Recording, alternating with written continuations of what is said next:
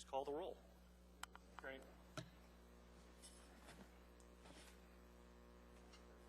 Okay, I got to hang up on you.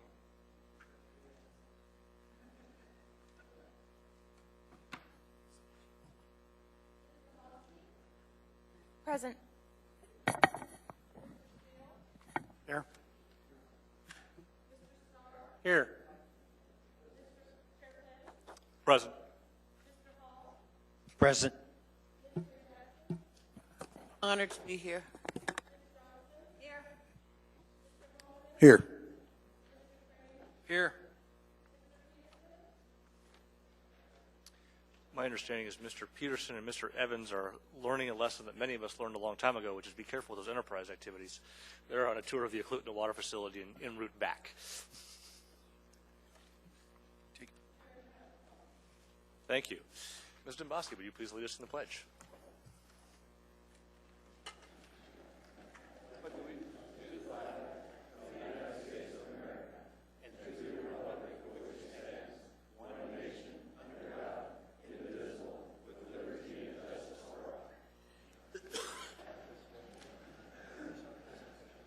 Mr. Mayor, do you have a report for us this evening? I don't think he heard you. Mr. Mayor, that was your cue. You're up. Thank you, Mr. Chairman. A couple items. I want to remind everybody that on Monday, the 26th, it is Memorial Day, and we have a very, very special commemoration, rededication of the Veterans Memorial at the Park Strip, and invite everyone to certainly come join in the rededication. It starts at 9 o'clock with music, and then at 9:30 the official program begins. So I encourage everyone to please come join us. Another announcement, the following Saturday is the Festival of Flowers from noon to 6. You know, we always get such great compliments about the flowers in Anchorage, and John and his Parks Department do such a tremendous job with all of our public gardens that we started about 4 years ago celebrating the fact that we have this beautiful asset in our community. So down at Town Square Park from noon to 6. And finally, free buses for youth from ages 5 to 18 every Thursday from now until August 14th. So it encourages young folks to start getting used to using the transit system and all the wonderful places it can get them, whether it's to work or just off to summer activities. So that's it for today, sir. Thank you, Mr. Mayor. Just a couple of things in the chair's report. I think somebody else has a little bit more on the NACO convention being in town. Mr. Hall, are you going to get that for me? What would you like to know, Mr. Flynn? It's happening for the next 2 days here. And we've got some representatives here to receive a resolution this evening, so I would suggest we give them a chance to share with us what they've got planned. Okay, we'll wait till we get to that resolution. Thank you. And the only other thing on my plate that I want to mention, we do have an AMATS Policy Committee meeting taking place at on Thursday at 1:30 p.m. And with that, Mr. Starr. No report. Ms. Domboski. I'll take a big breath before this one, Mr. Chair. Okay, first thing, let's get my regular disclosures out of the way. And actually, I have no new ones, but I do want to remind the body and the public that previously I've been instructed to participate on Resolution AR 2014-122 and 2014-123. Both are purchases of equipment for the Anchorage Fire Department. So I'll plan on participating there, but I have no new ones. But, Mr. Chair, I would like to go ahead and give a committee report for the Eberhardt remand. Please. All right. So on May 7th, the subcommittee held a status hearing in the matter of the remand from the Superior Court regarding Eberhardt versus the Municipality of Anchorage. Mr. Stolle was present representing the appellates. Mr. Owens was present representing the municipality. Assembly Counsel Tucker, as well as Special Counsel Joe Levesque, were present. And all three members of the subcommittee, which were myself, Mr. Traney, and Mr. Evans. During the course of the hearing, it was determined that most of the items of discovery had been turned over to the appellate's counsel, with the exception of certain communications between the Department of Law and the Assembly. The subcommittee directed Special Counsel and Assembly Vice Chair Traney to review the emails in question and make recommendations to the subcommittee as to whether these emails are privileged attorney-client communications or if they can be released to the appellates. It's my understanding that the Department of Law released all but one email, Mr. Chair, and Mr. Levesque and Mr. Traney were going to meet this week, possibly today, but they were going to, okay, maybe tomorrow, to make a determination on that one email. In addition to addressing concerns of either party at the status hearing, both sides stipulated to the process moving forward. Essentially, Mr. Chairman, the subcommittee intends to issue its order this week that will set the process for this remand. While the order is still being drafted, we anticipate, in brief, it'll be outlined by the following process. And this is a little different than we had originally, so I'll just set it up that way. The MOA will use their typical process to send out the corrected assessment rolls to the property owners and will include a notification letter with respect to the assessment, the adjudicatory hearing, and the legislative action that will come before the body. Then, the assessment will be introduced to the Assembly by a resolution prepared and introduced at the request of the Mayor for a future date set for public hearing. Public testimony will not be heard by the Assembly until after the adjudicatory hearing process is complete. All parties and special assessment district property owners will be notified that they may object or comment on their assessments at the adjudicatory hearing.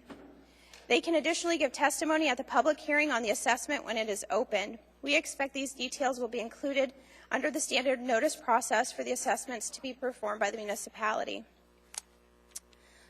Both parties have agreed that the subcommittee will be the adjudicatory body, as was authorized by the Assembly Chair. Previously, it was going to be all 11 members, but both sides and the chairman have all agreed that it'll be the 3-member subcommittee. The parties further agreed that the issuance of the findings of fact and conclusions of law within 30 days of the close of the adjudicatory hearing is an acceptable time frame. Once the subcommittee's reports of findings of fact and conclusions of law is complete, it will be posted by the clerk on the Assembly webpage, and the matter will come before the full Assembly and for public testimony. After the public testimony is closed, the Assembly will deliberate, consider the subcommittee's findings, the public testimony, and then the Assembly will finalize the assessment rolls and reassessment amounts by Assembly action.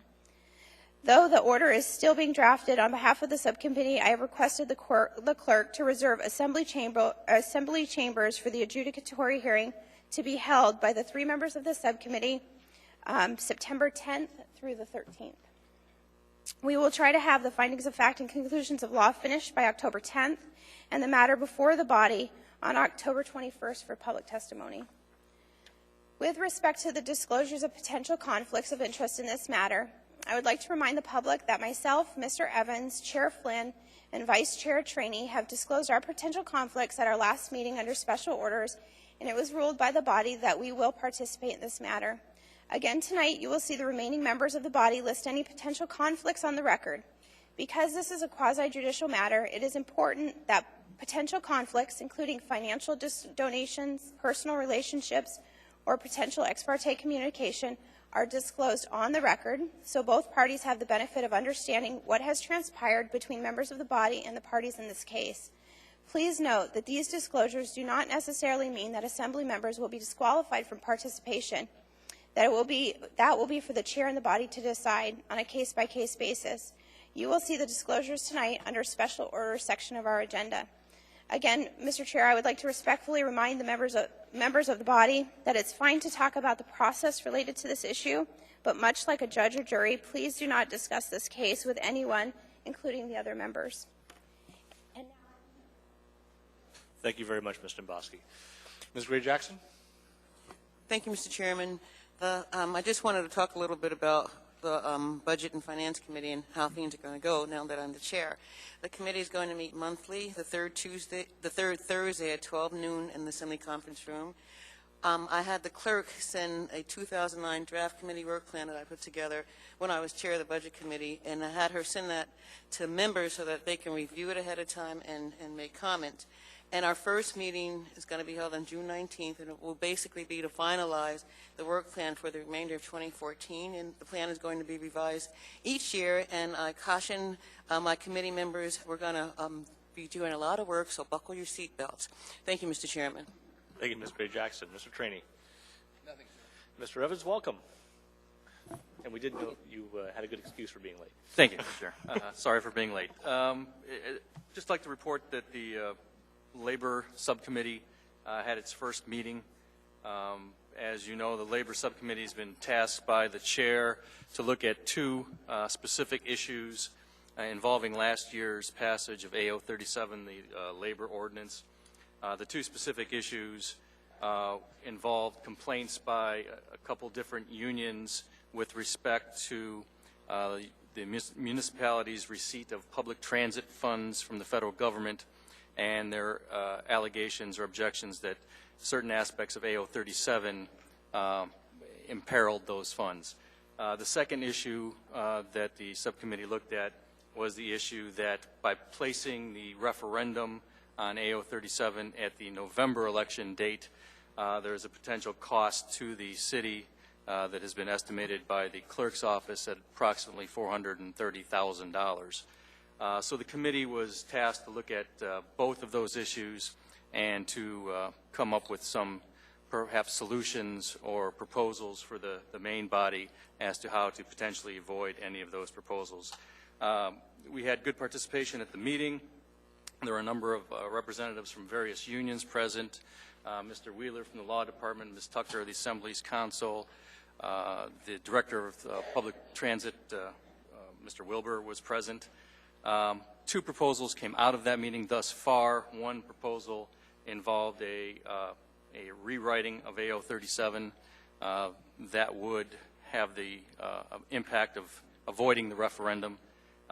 Another proposal by Mr. Traney was to the complete repeal of AO 37, which would also have that same impact. We are going to meet again. We don't have a set date yet, but probably the first week of June, in which time we'll be discussing those proposals and any others to address those situations. Thank you very much, Mr. Evans. I appreciate you taking that on. Mr. Steele. I have no report, Mr. Chairman. Ms. Johnston.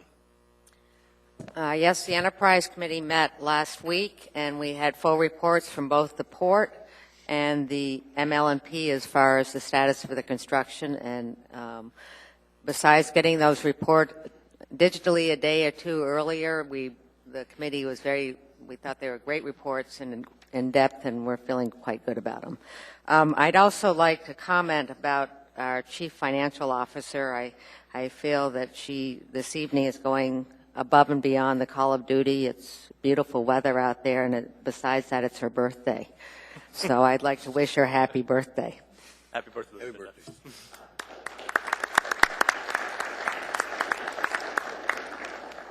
She did challenge me to see if we could beat last meeting's record for completion time. I told her I wasn't optimistic. And I'd like to note Mr. Peterson has joined us. Welcome, Mr. Peterson. Mr. Honeman. Thank you, Mr. Chairman, and I'm glad to be back physically. I know that we had the special meeting, of course, for first quarter budget revision, as well as the last scheduled assembly meeting. I wasn't present for either, except by phone. I just want to make sure, for the record, I was there. And the Public Safety Committee meeting for the month of May is tomorrow, noon, at the conference room here between those chambers and the Wilda Marston Theater. So look forward to meeting with everybody tomorrow and the public safety chairs, the directors from public safety. So. Thank you, Mr. Honeman. Mr. Hall. No report. And Mr. Peterson, do you have a committee report this evening? I have no committee report, Mr. Chairman. Okay, thank you very much. That brings us to the addendum to the agenda. May I please have a motion to incorporate? Move to incorporate. It's been moved and seconded. I'll briefly read this into the record. We have item 9A5, AR 2014-141, a resolution of the Anchorage Municipal Assembly supporting the National Congress of American Indians in their mission to promote, educate, and preserve Native cultures and traditions throughout Alaska and the United States. 9 Bravo 7, AR 2014-140, a resolution of the Anchorage Municipal Assembly referring a baseball field located in Loretta French Park to the Eagle River Chugiak Parks and Recreation Board of Supervisors for preliminary review and recommendation of proposed naming as an internal area under Anchorage Municipal Code, Chapter 3.197. 9 Charlie 5, AM 293-2014, recommendation of award to Roger Hickle Contracting for Resurrection Drive water rehabilitation for the municipality of Anchorage, Anchorage Water and Wastewater Utility, in the amount of $531,955.75. Item 9C6, AM 294-2014, recommendation of award to GMG General Incorporated for the Muldoon Area Pedestrian Safety Improvements for the Municipality of Anchorage Public Works Department, Project Management and Engineering Division, in the amount of $753,695. Item 9 Delta 12, AM 292-2014, Internal Audit Department Revised 2014 Audit Plan, AM 295-2014, Clapp, Peterson, Timison, Thorsness, and Johnson, Law Offices Professional Legal Services Contract, Amendment Number 8, relating to Kennedy et al. Versus MOA, in the amount of $175,000. 9 Delta 14, AM 296-2014, approval of Amendment Number 1 to a contract with Kemple, Huffman, and Ellis for providing professional legal services to MLNP in the amount of $325,000. AM 297-2014, recommendation of award Roger Hickle Contracting to provide construction services for the Asplund Wastewater Treatment Facility disinfection upgrade for the Municipality of Anchorage, Anchorage Water and Wastewater Utility, in the amount of $7,900,000. 9 Echo 5, AIM 73-2014, status update on the 10-year plan on homelessness from the Department of Health and Human Services, Housing and Neighborhood Development Commission Oversight Subcommittee on Homelessness. Item 13, Bravo 2, AO 2014-57S, an ordinance amending Anchorage Municipal Code, sections 11.50.280, 11.60.205, 25.35.125, 2610.025, and 2610.065 to establish the timing of payments of municipal enterprise service assessment, municipal utility service assessment, and utility revenue distribution to general government, and repealing in its entirety Anchorage Code 26.10.75 regarding the Anchorage telephone utility. That's accompanied by Assembly Memorandum 231-2014A, and item 14, Echo 1, an S version of AO 2014-40. That's the ordinance for the Anchorage Municipal Assembly establishing the Encludna Village Overlay District and amending Anchorage Municipal Code 21.10 and the zoning map of the Municipality of Anchorage. We have one laid on the table items. It is yet to be numbered, but it'll be 9 Foxtrot 5, AO 2014, an ordinance of Anchorage Municipal Assembly to implement provisions of Proposition 9 passed by the voters at the April 1, 2014 election by authorizing the Anchorage Police Department employees designated by the Chief of Police to enforce parking violations, including impoundment and towing ordinances, and amending sections of Anchorage Municipal Code, Title 9 accordingly.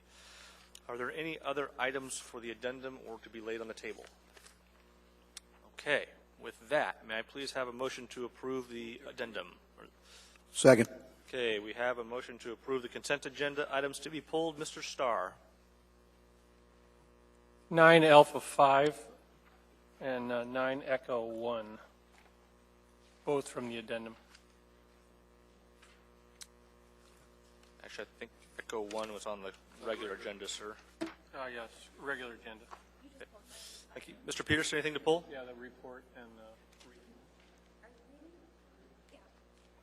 Mr. Peterson, do you have anything to pull tonight? On 9B1, Mr. Chairman. 9 Bravo 1. Thank you, Mr. Peterson. Ms. Domboski. No, sir, thank you. Ms. Gray Jackson. Thank you, Mr. Chairman. I'd like to pull 9 Apple 1, 9 Apple 3, and 9 Elephant 3. Thank you, Mr. Chairman.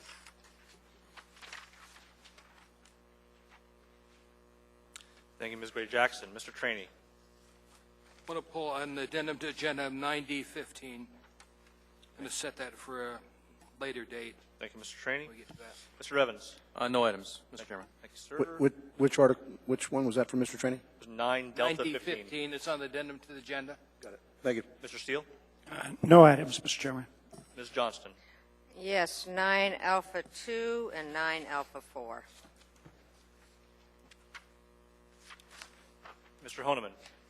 The addendum to agenda 9 Delta 13. Mr. Honeman and Mr. Hall. No items. Thank you very much. I'll read through and make sure I got them all. I had 9 Alpha 1, 2, 3, 4, and 5. And then I had 9 Bravo 1, 9 Delta 13, 9 Delta 15, 9 Echo 1, 9 Echo 3, and that's all I caught. Did I miss any? All right. Please proceed to vote on the consent agenda, lest those items already pulled. Zunic. Excuse me.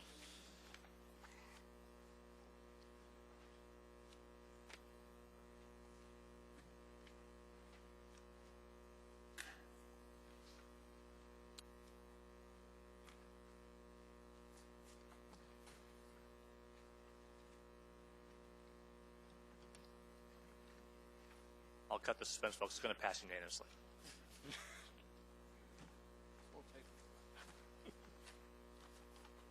Can you get it to go up? Board? There we go. Okay, we'll move on. That brings us to item 9 Alpha 1. Ms. Gray Jackson. Thank you, Mr. Chairman. Move to approve. Second. Moved and seconded. Is there any objection? Seeing and hearing none, that item is approved. Ms. Gray Jackson. I'm going to read, and I believe someone else is presenting. And do we have a representative from Anchorage Pridefest to receive this? If so, please come on down. A resolution of the Anchorage Municipal Assembly recognizing Alaska Pridefest 2014 and encouraging the Anchorage community to celebrate the diversity of the state of Alaska. Whereas Alaska Pridefest is sponsored each year by Identity, Inc., an organization that provides a full range of lesbian, gay, bisexual, and transgender community services as an Alaska 501c3 nonprofit organization. And whereas Alaska Pridefest 2014 is a week-long celebration held June 7th to the 14th of Alaska's diversity and of the LGBT community's journey through our state of pride, which is again the theme of this year's celebration.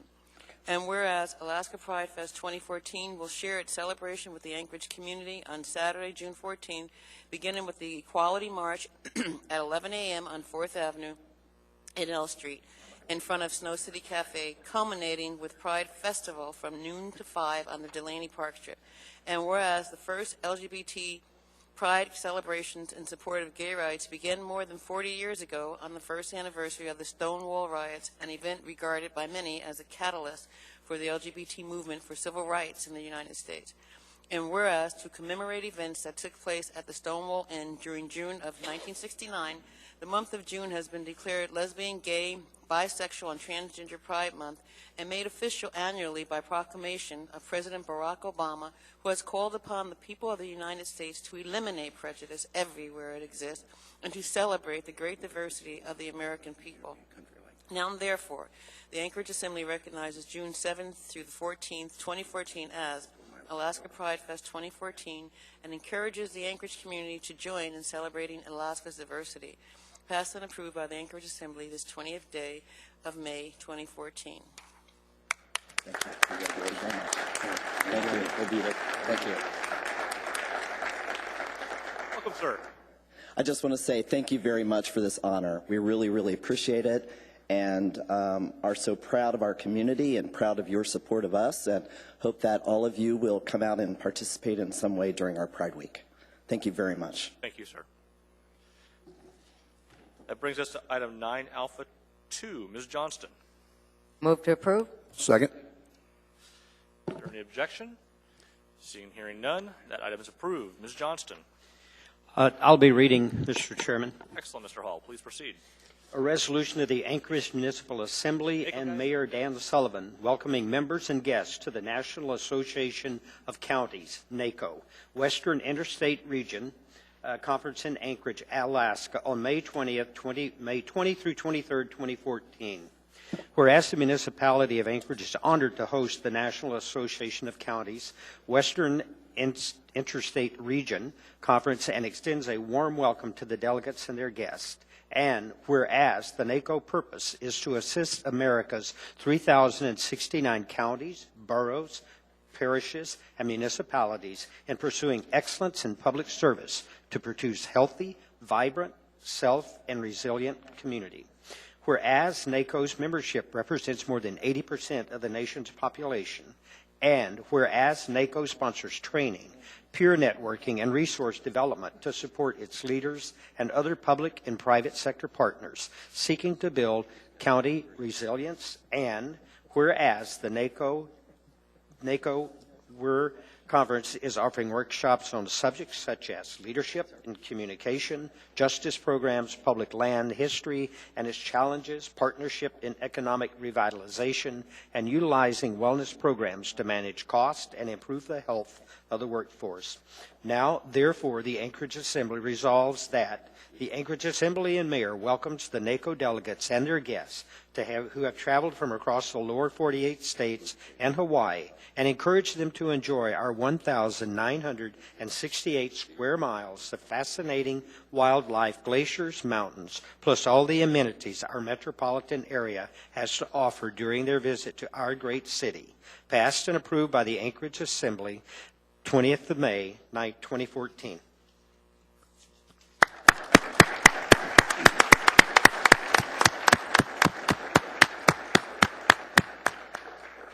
Good afternoon. My name is Linda Langston. I'm this year's president of the National Association of Counties.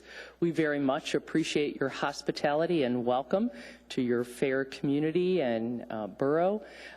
We are here for the board meeting for the National Association of Counties and the meeting of the Western Interstate Region, of which Alaska is a vital piece. And so I'm going to turn it over to John Martin, who is the president of WIR. A very deep honor. Thank you very much. And the recognition goes a long way. WIR has been in business actually longer than NACO. We take on Western issues in reference to public lands, agriculture, criminal justice, mental health, homeless, etc. We are a strong voice, united 14 states, and proud that Alaska joins us. We even have one from Hawaii, so we'll include Hawaii as our 14th member. We will take on many issues. In fact, I wish most of you would come and visit us. We're going to take on some of the BLM issues that we have seen in the newspapers. Cynthia Moses-Ned, a liaison from the Department of Interior, will be there. We will discuss them. We will then prioritize them.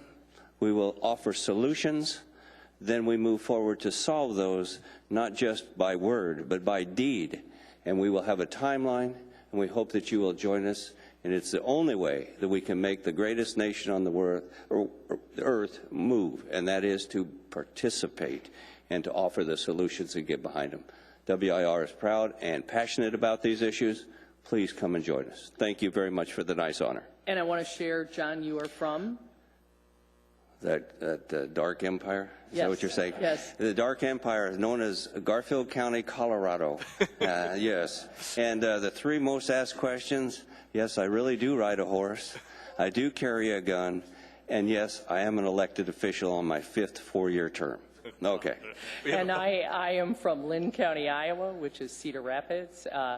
I do ride a horse as well. I do not carry a gun, and I am also an elected official. Thank you so much. Thank you very We've got much. a couple of questions for you before you run off. So, Sure. Mr. Evans, please. Thank you, Mr. Chair. Not so much a question, just wanted to let the body know that Mr. Peterson and I were both a few minutes late today because we were with a group from NACO touring the water treatment plant in Eklutna. And they're a very delightful group, very interesting and a lot of fun. And I urge all the members of the body to attend any of the events that they have going this weekend. Thank you, Mr. Evans. Mr. Honeman. I just want to welcome you to Anchorage as well, and just wanted you to know that the weather is like this pretty much year-round. We appreciate that. I heard the same thing in Fairbanks, though. But thank you very much. It's perfect. And Ms. Gray Jackson. Thanks. Thank you, Mr. Chairman. I just wanted to give you a really big, wonderful welcome and a hug, mostly because I'm glad you're here, and then secondly, because Mr. Train and I both have been involved with National League of Cities for many, many, many years, and you'll hear more about that as we see you during the week. But it's just wonderful you're here, and NLC committees have been here, but I'm working really hard to eventually get NLC's big conference here in Anchorage now that we have a facility to host the many folks from the lower 48. Thank you, Mr. Chairman. Clarence Anthony did say to make sure we said hi. Well, we're delighted you're here. We appreciate your coming. appreciate your choosing Anchorage for your meetings, and I know I'm looking forward to seeing you on Thursday night at the reception. And Thank you very much. And do encourage you to go early to the one tomorrow night because the Native Heritage Center is a fantastic venue. We're also bringing a cultural exchange on Friday. I hope that you will be able to attend, and that is the Navajo Nation and its holy man will be here and also giving a song as well as a blessing, which will go to the citizens and all the people of this state as well. Excellent. Thank you very much. All right. That brings us to item 9 Alpha 3. I believe that was Ms. Gray Jackson. Thank you, Mr. Chairman. Move to approve. Second. Okay. And is there any objection? Seeing and hearing none, that matter is approved. Could you push your buttons, folks, please, real quick? I believe she is. And Ms. Gray Jackson, are you reading? Yes, I am, Mr. Chairman. Okay. Kathy, can you come on down? Come on down, Kathy. Don't be shy now. Today. You've never been before.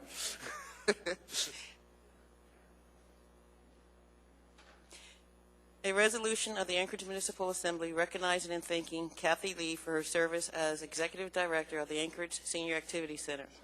Whereas the municipality of Anchorage is fortunate to have in its boundaries the Anchorage Senior Center, serving a significant population of citizens 50 and older and many younger citizens through a variety of community-oriented programs which help to keep all seniors younger at heart. And whereas the ASAC Board of Directors in 2009 hired as its executive director a woman named Kathy Lee. And whereas under Kathy Lee's management, the ASAC membership increased and became more diversified. And whereas under Kathy Lee's guidance, new programs and operational hours were changed to meet the desires of the ASAC membership and the financial realities of the ASAC. And whereas with Kathy Lee's hand at the helm, the ASAC is on a firmer financial footing than when she assumed her leadership post in 2009. Now, therefore, the Anchorage Assembly resolves and takes pleasure acknowledging Kathy Lee's skilled leadership during her 5 years as Executive Director of the Anchorage Senior Activity Center and wishes her success in all of her future endeavors. Passed and approved by the Anchorage Assembly this 20th day of May 2014.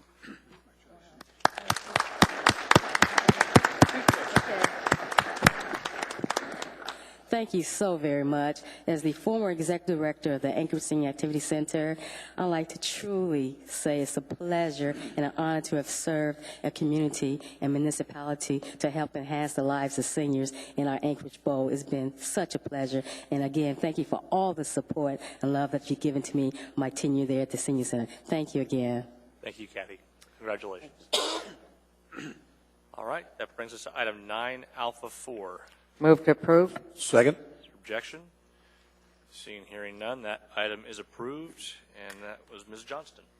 This is a resolution of the Anchorage Municipal Assembly honoring and remembering Elaine J. Lowe, whereas since August 15, 1988, Elaine Lowe served the citizens of Anchorage under Mayor Tom Fink, Rick Mystrom, George Wirch, Mark Begish, Acting Mayor Matt Clayman, and Mayor Dan Sullivan as a legal secretary in the Municipal Attorney's Office, and whereas Elaine trained numerous secretaries and trained and retrained many assistant, deputy, and municipal attorneys, frequently saving the attorneys from the missed deadlines, bad grammar, and angry judges, and whereas Elaine loved motorcycle riding and all things Harley-Davidson and gave generously of her time and energy to the motorcycle community, and whereas Elaine will be remembered for many great things, including her shoe collection that could, if placed heel to toe, stretch across the office, and whereas Elaine's ability, work ethic, historical knowledge, and especially her personality and fantastic sense of humor made the Municipal Attorney's Office function well and in high spirits. Now, therefore, the Anchorage Municipal Assembly resolves Elaine J. Lowe is honored and remembered for her many years of service and commitment to the people of the municipality of Anchorage, passed and approved by the Anchorage Assembly this 20th day of May, 2014.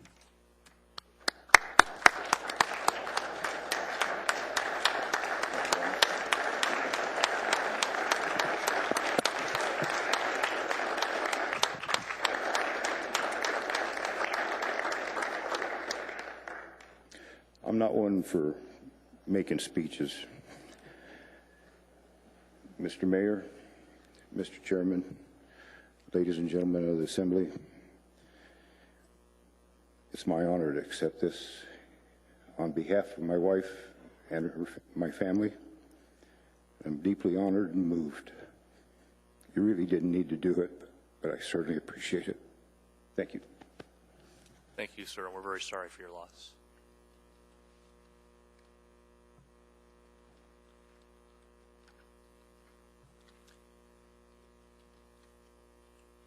That brings us to item 9, Alpha 5. Mr. Starr. Move to approve. Second. Moved and second. Is there any objection? Seeing and hearing none, that item is approved. Mr. Starr is presenting, and I'll be reading, Mr. Chair. excellent, Ms. Dombrowski. Thank you. Do we have a representative from NCAI to join us? We do. Very good. A resolution of the Anchorage Municipal Assembly supporting the National Congress of American Indians in their mission to promote, educate, and preserve Native cultures and traditions throughout Alaska and the United States. Whereas the National Congress of American Indians, NCAI, was founded in 1944 and provides a collective voice for tribal governments and people, including Alaska Natives. Whereas founding principles promoted by NCAI include efforts to secure and preserve American Indian and Alaska Native sovereign rights, to protect American Indian and Alaska Native traditions, culture, and religious rights, and to educate the public on Indian and Alaska Native issues. Whereas the NCAI is a national organization consisting of tribes throughout the United States and is supported by 12 regions, including Alaska. Leadership includes a president, executive committee, and 12 regional vice presidents. Whereas the Anchorage has been selected the 2014 host city for the mid-year conference to be held June 8th through June 11th, NCAI National Committee leadership and over 1,000 delegates and tribal members will attend this policy-making forum. Whereas, as is protocol and honor, the Eklutna Dena'ina, as the indigenous tribe of Anchorage, will be the local host and work in coordination with multiple Alaska tribes to coordinate this important conference. Whereas, conference attendees will partake in numerous events throughout our community, including the Roadmap to Unity Potlatch Powwow, held at the village of Eklutna on June 7th and 8th. This event will include a traditional native potlatch dinner, traditional dance, and drum performances by Athabaskan, Aleut, Tlingit, Haida, Inupiat, Yupik, and Yupik nations, and many other fun events open to the public.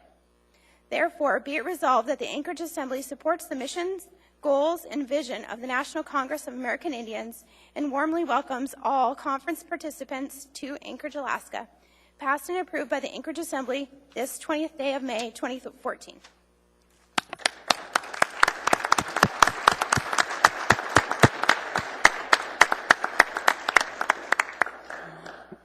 If I could just tell you first that my sister hunts moose on horseback.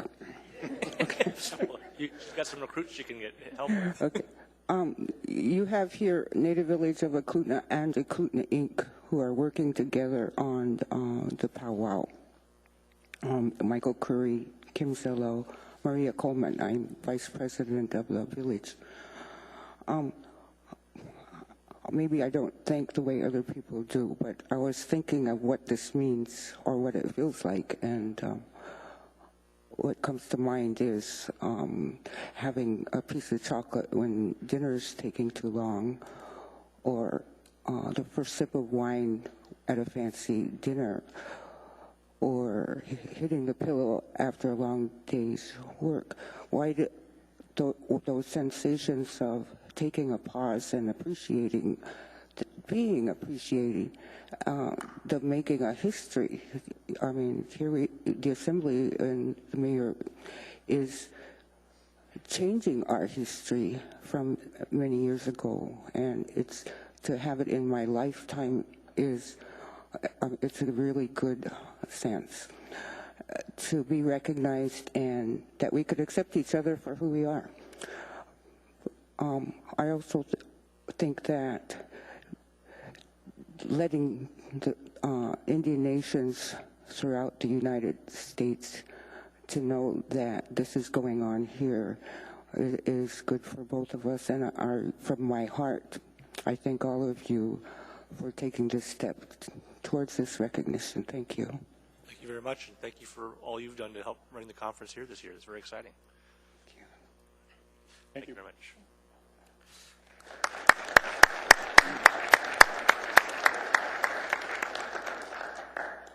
That brings us to item 9, Bravo 1. Mr. Hall. Yes, I move to postpone indefinitely. Second. Okay. objection to that? Seeing and hearing none, that item will be postponed indefinitely. That brings us to item 9, Bravo. Oh, sorry, we don't have that one. We need to move on to 9, Delta 13. That was Mr. Honeman. I'd like to move to postpone this for to the next meeting, which would be like June 10th. Please press your button, sir. Okay. You want to speak to your motion, Mr.? I'd like to speak to the motion. This, of course, is the 8th amendment to this, and I know Mr. Wheeler is not here. 8th amendment to this, and I believe it's time for perhaps an executive session on perhaps this matter and other pending litigation. This particular matter has been heard before the court. I'm not sure if you can address any findings so far. Apparently the judge was going to take it under advisement, a visiting judge or a step-in judge, because the scheduled judge, the hearing judge, was on leave or on vacation or such.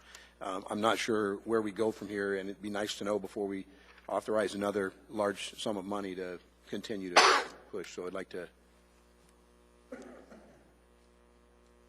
Ms. Ennis? Yes, there was a hearing, additional proceedings this morning that were favorable to the municipality. Mr. Wheeler will be here in about an hour. If we could move this item, postpone this briefly, and he could address that in full. I think he could provide a lot of background for you. I have no objection. We can Okay. postpone. Do I presume that your motion is to postpone this item to the bottom of the agenda? I can change the motion to the bottom of the agenda. All right. Is there objection? Ms. Gray Jackson, are you amenable to that? Okay. All right. Any objection to that? Seeing and hearing none, that'll go at the end of our agenda. That brings us to item 9, Delta 15. Mr. Traney. Move to postpone this item until our meeting of 8th of July. It's on appeal. Please press the button, sir. A second. And everyone get that? The purchasing office received an appeal to this award, so they need some time to work it through. Any objection to that motion? Seeing and hearing none, that item is postponed to our meeting of July 8th. That brings us to item 9, Echo 1, I believe. Mr. Starr. I'd like to move to postpone acceptance until June 24th to allow a committee meeting to review the findings. Would you press your button, sir? Second. It's been moved and seconded. Any objection to a postponement to our June 24 meeting?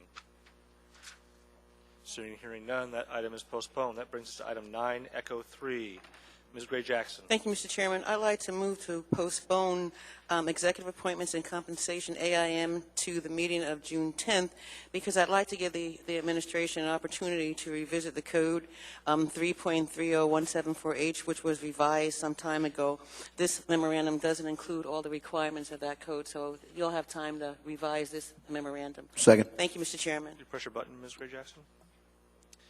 Thank you. Been moved and seconded. Is there objection to postponing this to the meeting of June 10? That's all that's missing. Seeing and hearing none, that item is postponed. I believe that's all of our items on the consent agenda. Mr. Chairman, could I ask for a special consideration before you move to the next part of the agenda? By all means, sir. I wanted to introduce to the body our new fire chief, John Fullenwider, who has served as fire chief previously for the municipality, and give a chance for him to come to the microphone and introduce himself, and also maybe talk about some of the current issues, including the fire danger warnings that we have out now because it has been so dry. So I thought he could kill two birds here and introduce himself and talk about what the department's doing. Well, welcome back, Chief. Thank you. Thank you very much, Mr. Mayor, members of the Assembly. It's, well, I say it's a pleasure to be back amongst real friends, and you know, my guys are the greatest guys in the whole wide world. But let's talk about what we've got going here now. There's a huge fire, as you probably know, in the Kenai area. Actually, it's out of Soldotna. I'm not sure what the acreage is that's been consumed, but it's huge. We very well might have a smoke infusion here by Saturday that might cause us some health concerns. I think the health department's aware of it. I'm not sure, but I just thought I'd pass that on to you. I want you to know that your fire department is up to any issue. We have, I would say, a well-trained force. We're ready for any wildfire issue on the hillside, and that includes, of course, Eagle River. Our people are well-trained. and it won't get out of hand. I don't want to say I promise, but it won't get out of hand because sometimes things happen. Mr. Mayor, is there anything else that I should cover, or is that? No, just obviously general fire danger in Anchorage. It's been very dry for obviously a couple of weeks here. So That is correct, and there's a burn ban in effect. That's no open burning. We have allowed covered grills and propane grills in residences or by residents, but that's about it. Our big danger is up on the hillside and the trails and in those areas. So with that, I just want to say that I'm the old chief or the new chief and the old chief. I'm not sure what I am, but I'm here. I'm back. Thank you very much. No, you're not leaving yet. You got a couple questions. Mr. Honeman. Welcome, Chief, to the microphone and the podium. And, of course, not to be any surprise, of course, all the appointments will come before the Assembly for confirmation. I haven't seen it on the agenda just yet. Maybe it's coming. So tomorrow at the Public Safety meeting, I certainly would enjoy you being there. The members of the committee may have some questions so we can be in advance of the appointment on the agenda with no concerns. I will share with you, and you may already be aware, I've been briefed, this administration spent a good sum of money doing a matrix study report. I'm not sure if you reviewed that. We didn't see the, we were told in January, February that we might see some of the recommendations moved to first quarter budget revisions, and that really didn't happen. So I'm a little concerned about that, and so are some of the constituents that have raised some concerns. So I'd like to have you address that if possible tomorrow. If it's not enough time, we can schedule you for the next one to maybe address those. But there are definitely some concerns with public safety and fire department, not only with the current present dangers of wildfire potentials, but just management going forward. Mr. Hartman, I have reviewed the matrix report, and there are some manpower issues in that report. Basically, I thought it was pretty favorable all the way through. I was not disappointed at all in what it had to say, and I do agree with the recommendations. Sure. And I'd be happy to discuss with the Public Safety Committee. And you are on my calendar. See you tomorrow. Ms. Johnston. I just wanted to say that your folks have been out and about on the hillside. I've seen them at the community councils, and they're reminding everybody, and I see them also doing patrols, just keeping an eye on the hillside. I appreciate it. Thank you. Thank you. And Ms. Domboski. Thank you, Mr. Chair. Chief, welcome back. Thanks. I just wanted to say, since you've been put back in this position, I've received probably 5 phone calls from firemen across town that have all been singing your praises. And with your reinstatement definitely comes a sense of confidence in your leadership. So the guys really think a lot of you. And I know that's a long, hard-earned reputation you bring with you. But I would just like to just throw out there, and I've had 2 different calls from firemen that have already asked if we would start encouraging you to stay through this administration to the next. So just, I know Debbie's back there, but just put it in your wheelhouse. We'll have to talk about that. Ms. Gray-Jackson. Thank you, Mr. Chairman. John, I've already welcomed you back, but I'm going to do it publicly. Thank you. Welcome back, John. I've had the pleasure of working with you when I was staff to the Assembly for many, many years, and now I have the pleasure of working with you as an elected official. I'm looking forward to it. Thank you, Mr. Chairman. Thank you, Ms. Gray-Jackson. And Chief, do I understand correctly the burn ban actually extends even to Girdwood? It does. A burn ban in a rainforest. Who'd have thought? Yeah. Thanks, Chief. Appreciate it. Thank you very much, Mr. Chairman. That brings us to item 11A, AM 223-2014, amendment number 2 to professional services contract number 290269 with HDR Alaska Incorporated for the Chester Creek at Muldoon Road realignment and channel improvements. That's the amount of $563,825. And I believe we had a motion on the floor to approve from Mr. Steele, seconded by Mr. Honeman. Is there further discussion on this matter? Seeing, hearing, Mr. Starr. Mr. Vacalis, or perhaps the mayor, can you give us some indication as to when sort of that northeast neighborhood or district plan will sort of address the park selection process, or in fact the hearing that was to be had at the Parks Commission level? Mr. Weaver can address that. Thank you.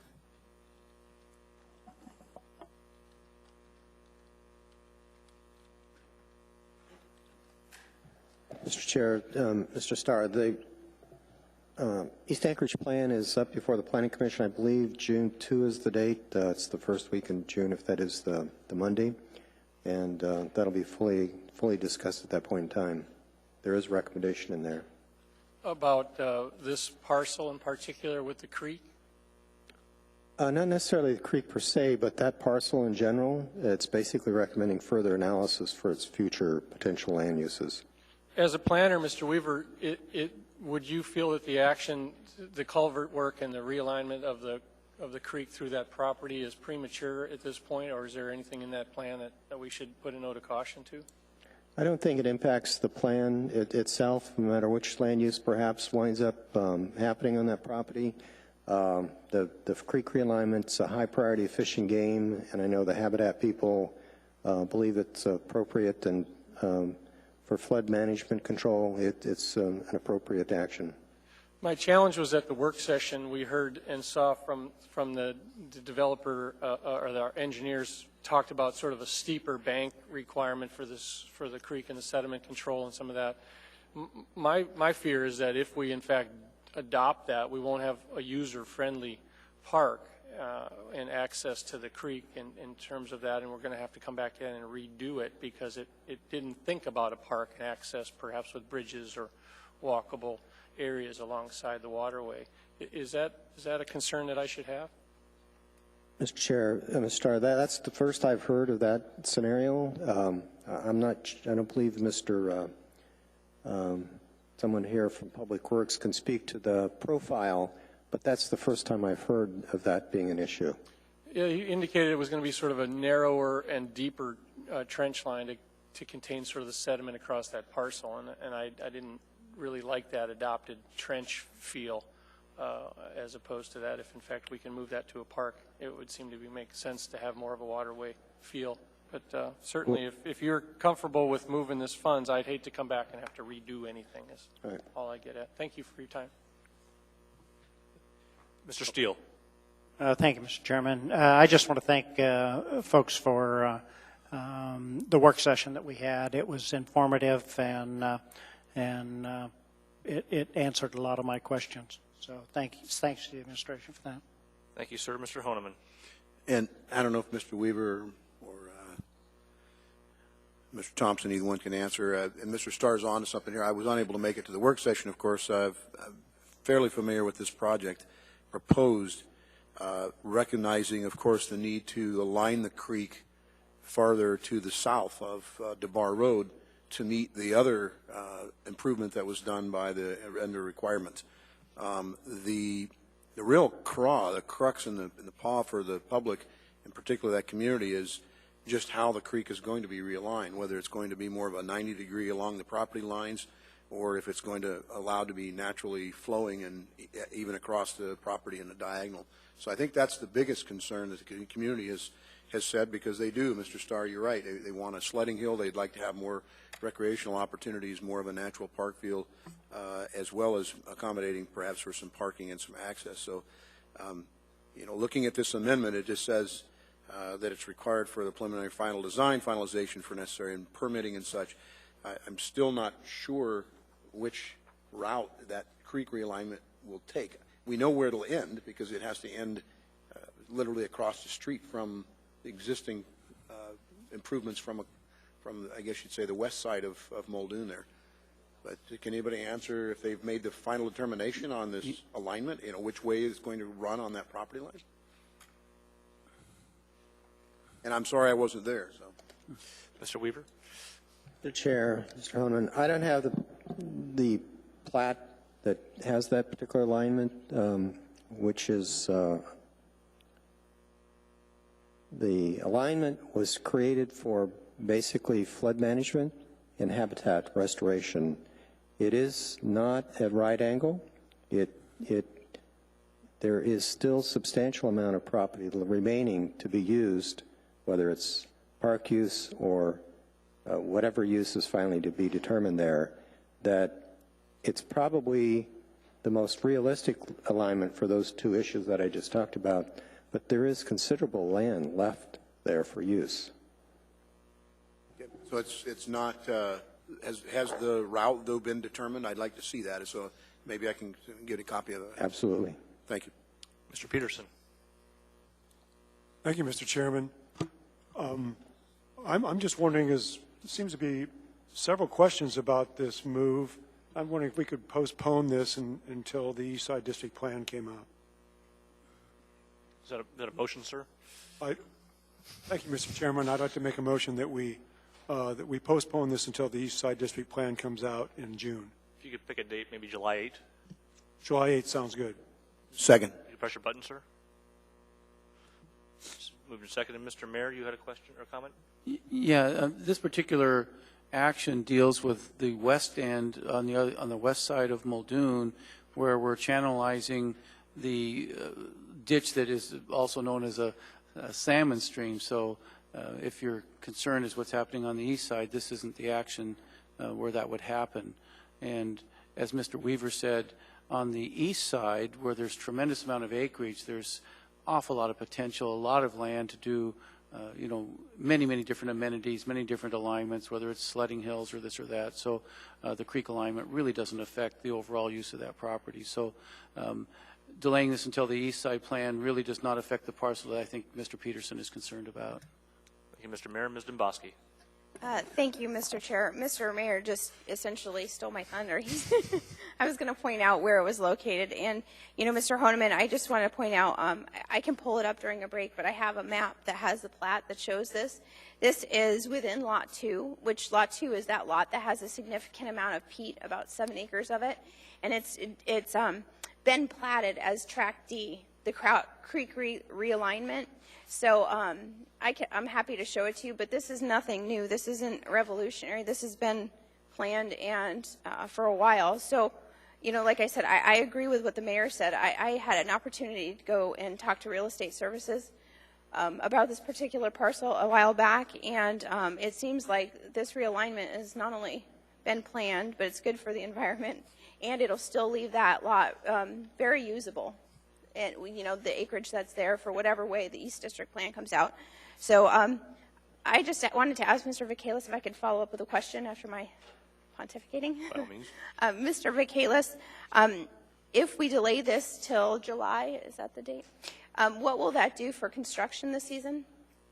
Actually, it will not do anything, because what's before you is allowing for us to go ahead and do the sole source with a current design team that's already designed the creek. Construction begins this summer on the east side, involving the creek itself. Well, I guess what I'm asking is, by delaying it now, if we're dealing with digging the trenches, as it was referred to earlier, on the east side, on the west side, that realignment, we're not going to get off schedule. We're going to be able to complete everything timely and in the order it needs to be if we delay this. Okay, so one more time, what you have before you, ma'am, is the allowing us to go ahead and use the current design team to design the west end, and that's the culvert piece. Right. It will not delay what's going on the east side, because the east side has already been designed, and all we're doing now is finalizing who the contractor is to do that. So they will start constructing on the west side. The east side, the reason that we wanted to do the sole source, it makes sense to use the same design team to design the creek that's familiar with all of the issues to go ahead and continue the design for the west side. So what we would hope is that design team, because they're so familiar with it, they could get the design done. We know all the elements that have to go in it, so that we could actually start the construction on that side this summer as well. We'd prefer to do that. The longer you wait, obviously, you run out of time. I guess that's where I was going, is the longer we're pushing this back, is it going to run into an issue? And your answer then is no? We'd prefer not, ma'am. Okay, thank you. I'll vote. I am not going to support the delay. This project has met my muster, so I'll support it. Thank you. Thank you, Ms. Domboski. Mr. Starr. Mr. Vacalis, you talk east and west, but can we talk north and south just for a minute? If you talk the north culvert and the south culvert, and the north one would be sort of that angled culvert, and then the south one is the larger culvert that the new creek alignment will utilize later on. Does this work expand the scope of the discussion on that south culvert, the larger one? No. What it really does is it solidifies and deals with the issue that we have on the north. And I think it's called the North Fork. That's what it really does, because it takes, and what it allows us to do is to deal with the issue that the Fish and Game and everybody was concerned about, and that is that we go ahead and make sure that we're able to deal with all of that drainage that's coming from the north. And so what this does is basically allow us to put in the culvert so we can take care of the drainage. The North Fork, there's two pieces to that, as you remember in the diagram. The rest of it will actually be taken care of by re-lining the actual creek itself, which will go into the south portion, which will marry up with the already reconstructed stream that was done by the developer on the west side. So this primarily deals with the issue associated with the northern portion of it. It does, except the work sessions seem to expand into the idea that the diverter valve farther up on the east side of the road was going to be discussed. The comment that I had with Mr. Weaver earlier about the nature of the meandering stream as it talked about the steep banks to deal with Mr. Peterson's question about siltation. Is that the engineering services as well, or is the horse left the barn on that back in the 2011 approval date? What's your take on that? So what we have right now is we have approval for the west side and to do that construction based on the alignment that's been approved by all of the different state and federal agencies, sure, which looked into the issues you're concerned with. What does happen is that once we get the design done for the westernmost portion, which deals with the north and also deals somewhat to the south, where it integrates into the existing stream, what will happen is once that design is done and once we have completed that project as well, then we'll open up both ends of the stream that we will have created with the new realignment, both the north end and the south end. As was pointed out in the work session, there will be some, but it will be very, very minimal, and they'll have control on it to continue to make sure that they're not allowing a bunch of gravel, peat, and sand basically go into that southern portion. So there'll be control devices put on that when they breach both ends of the new stream once it's created. But we indicated that there would be some. Where is the design and the engineering support for the new stream, if in fact we're going to watch the flows through the new south culvert that's being constructed? Did I miss that day in class, or did we already have the creek alignment and the engineering services and the funding for that? Yes, sir. That was already approved by the Assembly over a year ago. Okay, and that I thought we did something in 2011 that related to that parcel. Well, I'm not sure about Okay. that, but the design was approved by this body as well as the funding for it. The only thing that we have left now to do is select the contractor to do the construction. But what we really wanted to do as well is to tag this piece onto that so we could deal with the the westmost portion west of the highway, Muldoon Road. And you don't see, I asked Mr. Weaver the same question, you don't see any reason to wait until the discussion of the Northeast plan and potentially becoming a park as it relates into a bigger amenity perhaps being impacted by this? So as was pointed out at the work session, this project, before it was even determined the use of the actual property back in, I think it was 2002, there was a study that was done, and actually it was commissioned by the Fish and Game to be able to take a look at how they can increase and improve the fish habitat, as well as there was also concerns as to how that creek was actually going under the intersection of Muldoon Road and DeBar, and the glaciation that was created there and all of the debris that was being caught as well, disallowing passage. As was also pointed out, the way that that creek was naturally formed and everything that was occurring to it naturally, it was not allowing the fish to migrate further to the west. I listened that day in class. So what I'm saying is, though, that That was the original concern, and then subsequent to that was concerns about glaciation and everything, and that's why there was numerous studies done. As a result of those studies, then a design effort took place. That design effort was briefed to the Assembly well over a year ago with the complete design and what the cost and the funding sources would be. That's what you all approved, and that's what we're working on now. Subsequent to that, we learned that Fish and Game had changed their position on the western side of Muldoon Road. Initially, they said, no, you can't touch anything on that side as it pertains to the natural flow of the water from the North Fork and also from the drainage. However, since then, they've changed their mind, and they have vetted the concept that our engineers have come up with as to how to go ahead and deal with that. They have vetted it. All we need to do now is just a final design effort. And we're going to culvert that western section then, is that That's correct, what I came away from the work That's session? correct, Okay. sir. All the way down to where it meets the brand-new section that was already created. Yeah, all right. And a little bit off point as well, though, is that I'm having some challenges. If we can get Airport Heights opened up, that construction project would likely come to a conclusion pretty quick, but now we're going to have DeBar closed, and if you close Muldoon, we have Boniface to get north-south right now. So will this go quickly, and we're going to have now Muldoon shut down from traffic flows and construction interruption? Well, one of the things, as we put the guidance out to the contractor, obviously will be to minimize any type of disruption of the traffic on Muldoon, because that's a heavy, as you know, traveled road.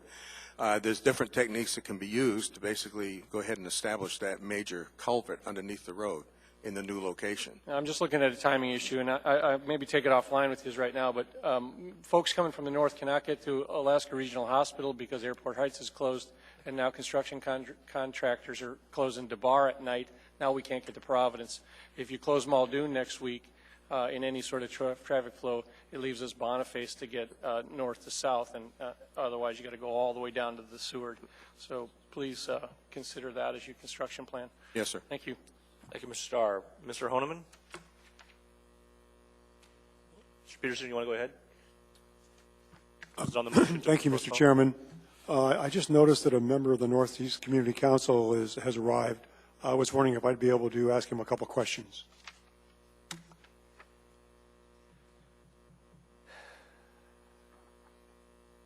You get 2 minutes. Thank you, Mr. Chairman.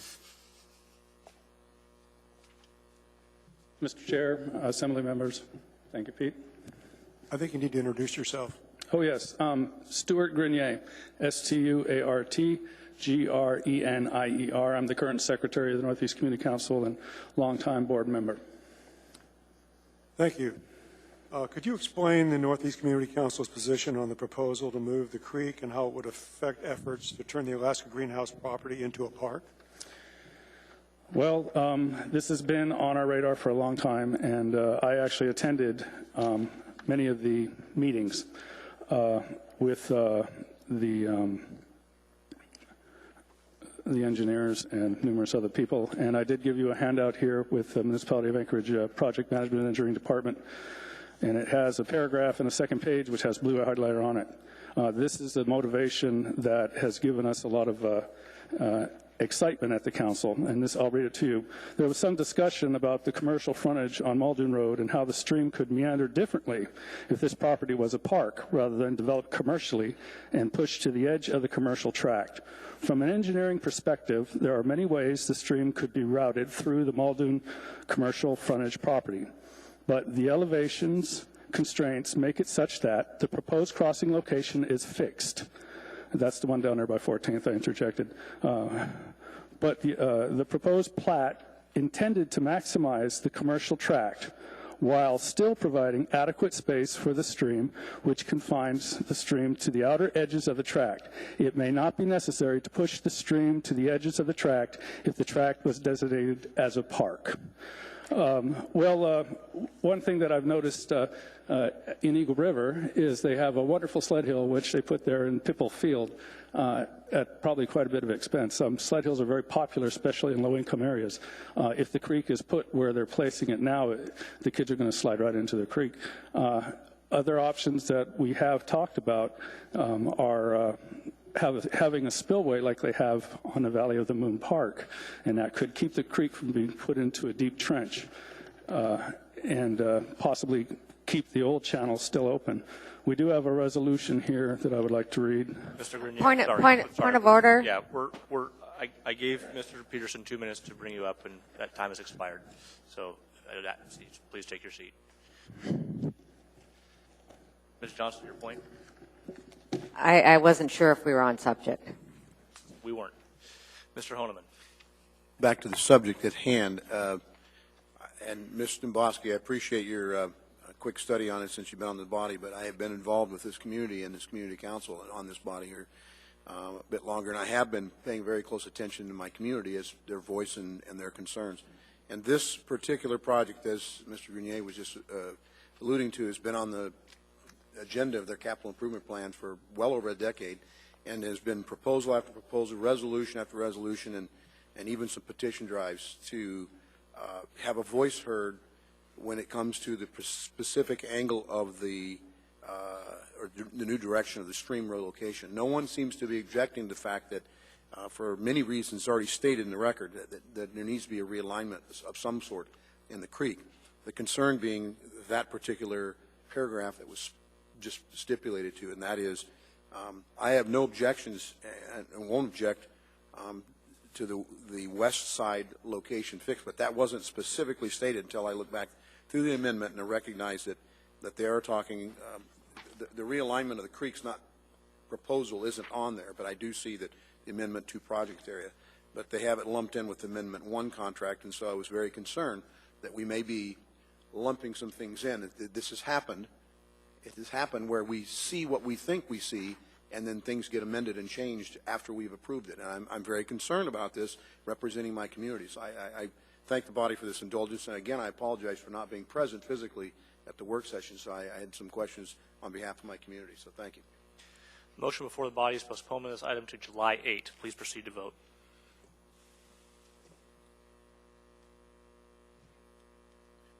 So by a vote of 5 yeas and 6 nays, that motion fails. That brings us back to the original motion to approve the contract award AM 223-2014. Further discussion? Seeing and hearing none, please proceed to vote. That motion carries 9-2. That brings us to item 11, Bravo, AM 226-2014, Amendment Number 5 to Professional Services Agreement with GV Jones and Associates for the Asplund Water and Wastewater Treatment Facility Disinfection Upgrade Project in the amount of $760,000. There is no motion on the table at this time. Is there a motion?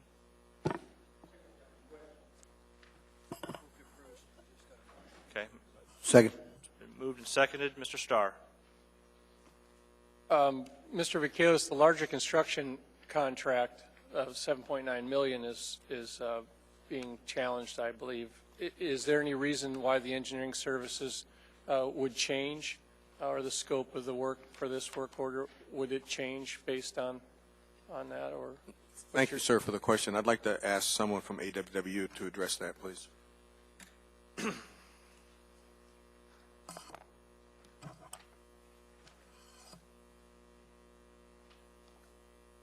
Mr. Vakelos, Mr. Flynn, Mr. Starr, thank you for the question. This contract before you is intended to provide construction services for the construction contract that has been deferred. There may be some changes in the kinds of things that we ask this contractor to do during the course of further bid review and further looking at the construction contract, but we don't anticipate a change in the more general scope or a change in the volume of the contract associated with this particular work. Given that this contractor of engineering services is already on for the construction services part of this, would a delay of this amendment to perhaps maybe get it right after everything's resolved. Would that be problematic? Should we delay it or should we approve it? What's your advice? My preference would be to go ahead and approve the contract because the delay to the main contract may push us to the limit of the existing contract award that J.B. Jones Company is working under. And it may be useful to the municipality to continue to use his services during the course of the resolution of the construction contract. I guess my only point is without a construction firm to manage, they don't, we don't want the guys just kind of billing against time because they're on their contract. That's all. I guess it seems practical to put the two together, but I defer to your needs as a. Well, I'd look at it this way. We really don't. We didn't anticipate under the bid services portion of this contractor's work to get involved to the extent that it appears we will be getting involved in. Understood. So it makes sense for us to have a little bit more room in this contractor's scope to allow it to provide the services that would be unanticipated under the bidding services. And if we didn't approve it, but you had in-house talent that could supplant, we have lots of talented folks in your organization. They wouldn't be able to bridge the gap then. We could certainly bridge the gap if we were asked to do that. I mean, there's certainly, as you say, there's lots of talent. The contractor, J.B. Jones' involvement in the design and in the bidding services to date will be particularly useful, and I would recommend that we continue to use that contractor to do the work. Fair enough. Thanks for the answers. Thank you. Seeing no one else in queue, please proceed to vote. That motion carries unanimously. That brings us to item 12A. Mr. Dennis Walker, are you here, sir? Come on down.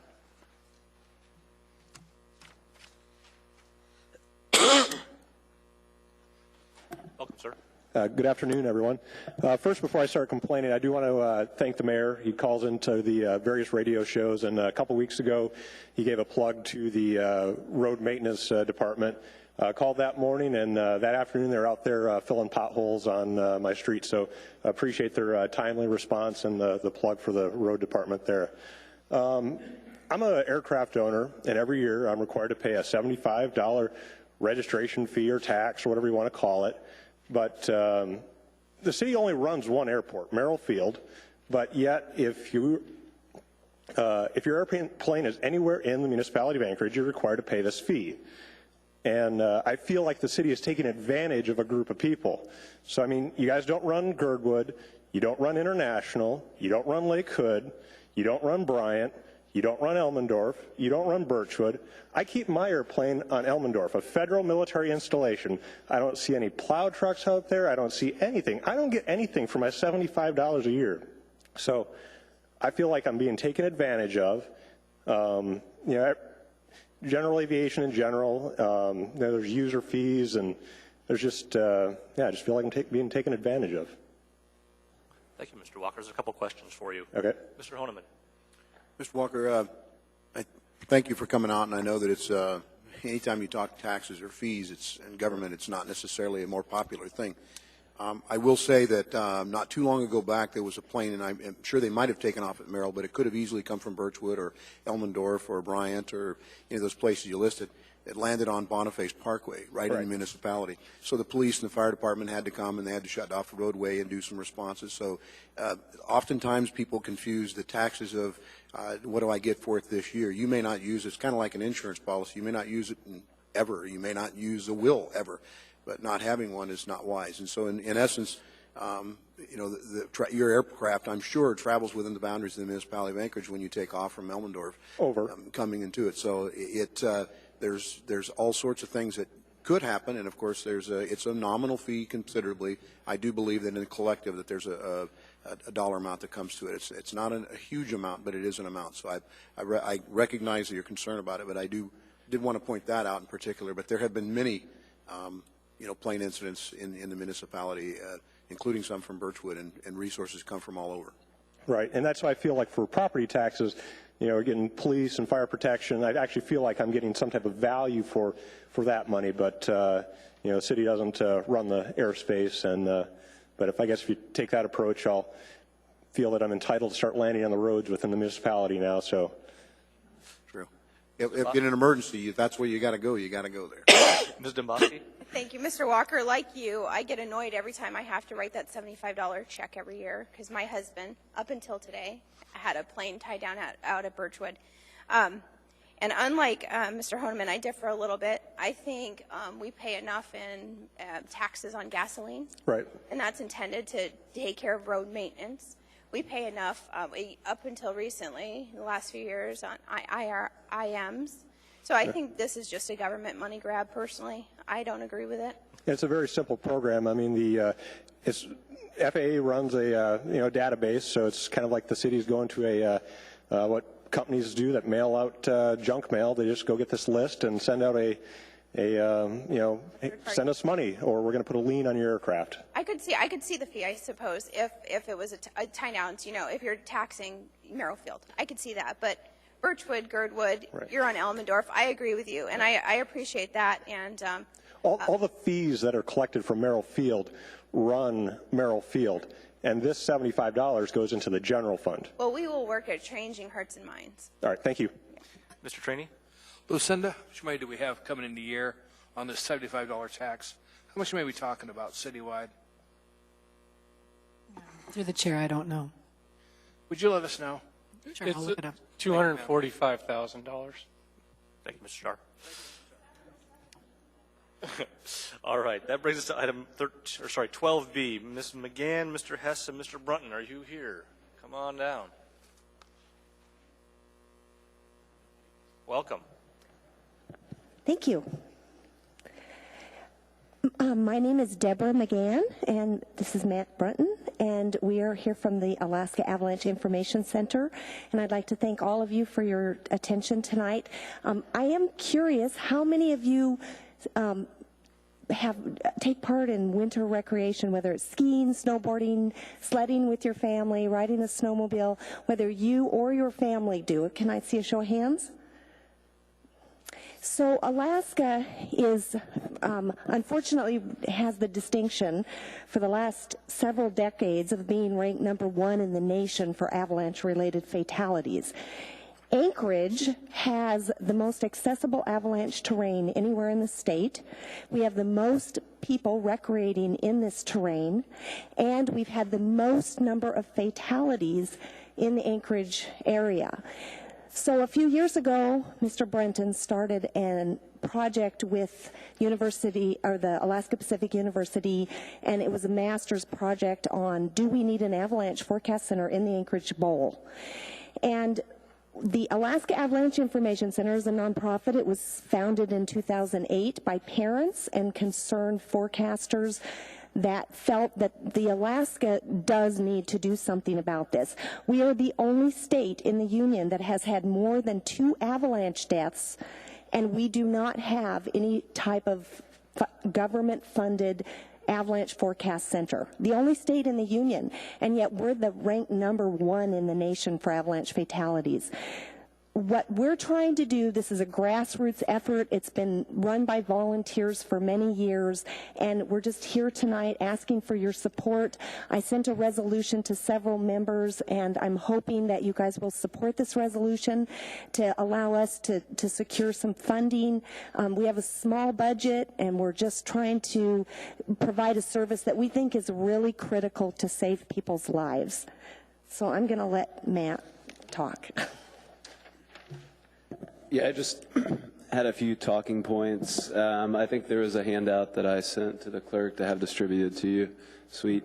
So yeah, like I said, I mean, Anchorage, or like Deborah kind of mentioned, winter recreation super popular here. Anchorage is known as one of the best cities for young adults in the nation. I think a lot of that has to do with the plethora of outdoor recreation opportunities we have, especially in the winter with skiing, ice climbing, snowmobiling. All those things involve recreation and avalanche terrain, and the Anchorage Avalanche Center was created and exists to keep those people safe through education and information, thus enhancing their awareness. And as Deborah mentioned, it's been operated the past 2 years as a volunteer grassroots thing. It's okay. Ms. Johnson has a question for you. Okay, cool. Yes, thank you. As a former avalanche trainer and also friends of Doug Fessler and Jill Freston, I'm very familiar with this. And I am also familiar with what they're doing in Turnagain. And I think it's a worthy program. The problem is, Anchorage Bowl goes from Turnagain through to the mat. And I think maybe I think you're going to have to get more inclusive as far as how you're going to do this, and maybe bring in the whole region. Doug and Jill did it for years, actually with the Alaska Mountain Safety Group, and I'm sure you've been working with that group still with Nancy and Blaine. Absolutely, yes. No, that is the goal. Is we definitely are working with the Alaska Avalanche School and also with the Chugach Avalanche Information Center. The problem is the Chugach Avalanche Information Center is federally funded, and there's no state. So in the state park area, there's no forecasting at all. So Flat Top, there's no forecast for that. Nobody's doing that. And so we are working with all of the different groups. This is part of a statewide effort. It's not just for Anchorage. So it is a statewide effort as well. So, but yeah, we agree. It is a very cohesive effort here that we're working with all of the different stakeholders here. And in fact, tomorrow we have a meeting because of the incidents that have occurred in Haines. And we just want Anchorage to be proactive. We don't feel like we're asking for a lot here. We just need some support to help keep moving forward on this effort. But thank you. I just had one quick point to add to that. Just I understand what you're saying. It's a huge thing, especially for Chugach State Park. But starting small is kind of the focus right now. And as part of the thesis project, I identified stakeholders and the most crucial areas. And there's kind of like 4 primary areas identified as seeing the most recreational traffic and needing the information the most. And since this is just a grassroots effort, primarily run by one volunteer being me, I can only do so much. So like Flat Top, South Fork, Eagle River, and so Canyon Road is the trailhead, Glen Alps is the trailhead, and South Fork, Eagle River, and Highland Road trailheads are the 4 areas that are identified as a starting point as needing this information first and foremost. Mr. Honeman. Quick questions. Is the $5,000, would that be an annual, is that your entirety of your annual budget, or who else would you be looking for? So the need for this program to be sustainable and viable for the long term is ideally $30,000 a season, and that's for operations from November through May, roughly, each season, depending on snow conditions. But yeah, and this is based on the Forest Service is kind of like has all the protocol, and has kind of like been the ones that have identified and made the industry standards in the avalanche and ski world. And they have a model for 4 different types of centers. This is like a Model 3 center, which is the second from the least developed model of a center, and their suggested budget for this type of center is $20,000 to $30,000, and to make it work for Anchorage, it's about the same, 20 at least, ideally about 30,000. Okay, I'd love to see your modeling, and I'm certainly interested in seeing what we do. I don't know that the municipality or the taxpayers would go every year, but certainly we might be able to look at being a partner into it. Looks like 1/5 of the budget then, if you did a $30,000. Yeah, we just felt like that was an appropriate ask at the time. Thank you. Thanks. Well, thanks for coming down, folks. Appreciate it. All right, thank you. Okay. We're going to take our dinner break now. We'll be back in about 20 minutes, 10 to 7. Thank you.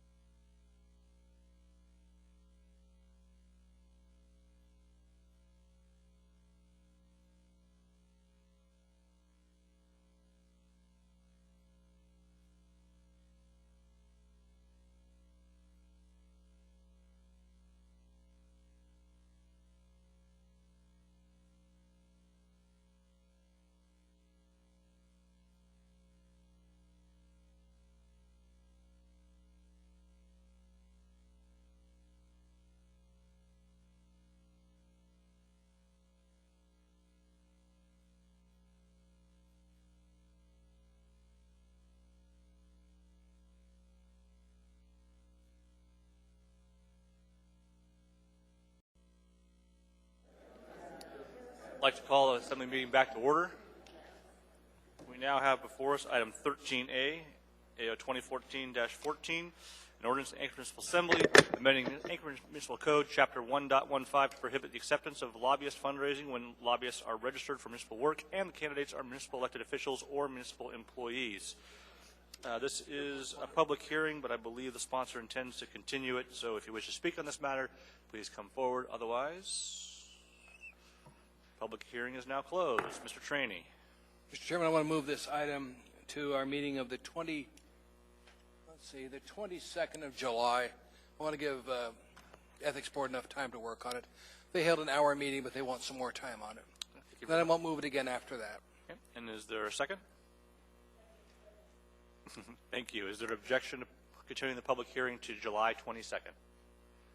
Seeing and hearing none, that item is continued. That brings us to item 13B, AO 2014-57, an ordinance amending Anchorage Municipal Code, sections 11.50.280, 11.60.205, 25.35.125, 26.10.025, and 26.10.065 to establish the timing of payments of the Municipal Enterprise Service Assessment, Municipal Utility Service Assessment, and Utility Revenue Distribution to general government, and repealing in its entirety the Anchorage Municipal Code, section 26.10.075, regarding the Anchorage telephone utility. And I do believe, do we have an S version for this one? We do. So this is a public hearing. If anyone wishes to come speak to us on this matter, please come forward. Seeing and hearing no one, the public hearing is now closed. What is the wish of the body? Version. It's been moved and seconded. Is there discussion? Seeing and hearing none, please proceed to vote.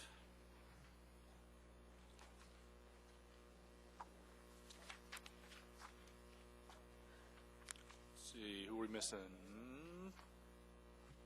Pete, could you please vote? I think maybe Mark is absent. Really? Evans is going to have Mark is absent. Okay. Just because of related punishment. You can blame one of those enterprises. We'll reset the vote and try again. Okay. Go ahead. That's better. Mr. Hall, you vote again, please, sir. And Mr. Starr, could you vote again, please, sir? And Mr. Honeman's out of the chamber, so by a vote of 10 yeas and 0 nays with one member absent, that motion carries. That brings us to item 14A, AM 242-2014, Employee Relations Board appointment, Mr. Gregory Fisher. Anybody wish to speak to us on this matter? Seeing, hearing no one, public hearing is now closed. What is the wish of the body? Move to approve. Second. It's been moved and seconded. Is there discussion? Seeing, hearing none, please proceed to vote.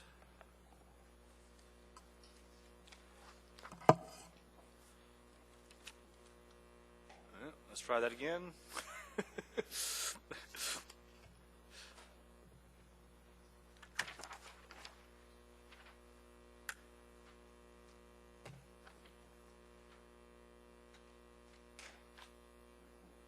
And that motion carries 10 to nothing with one member absent. That brings us to item 14B, AO 2014-55, an ordinance approving collective bargaining agreement between Municipality of Anchorage and the Plumbers and Pipe Fitters Local 367, and reducing the 30-day period for public review and comment by the Employee Relations Department. That's accompanied by Assembly Memorandum 229-2014. This is a public hearing. Does anybody wish to speak to us on this matter? Seeing and hearing no one, what is the wish of the body? Move to approve. Second. Is there discussion? Seeing and hearing none, please proceed to vote.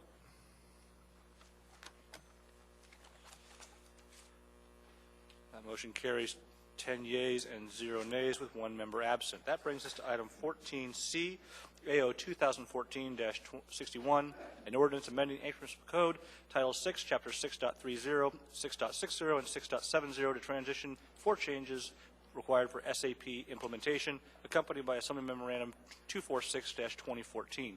Does anybody wish to speak to us on this matter?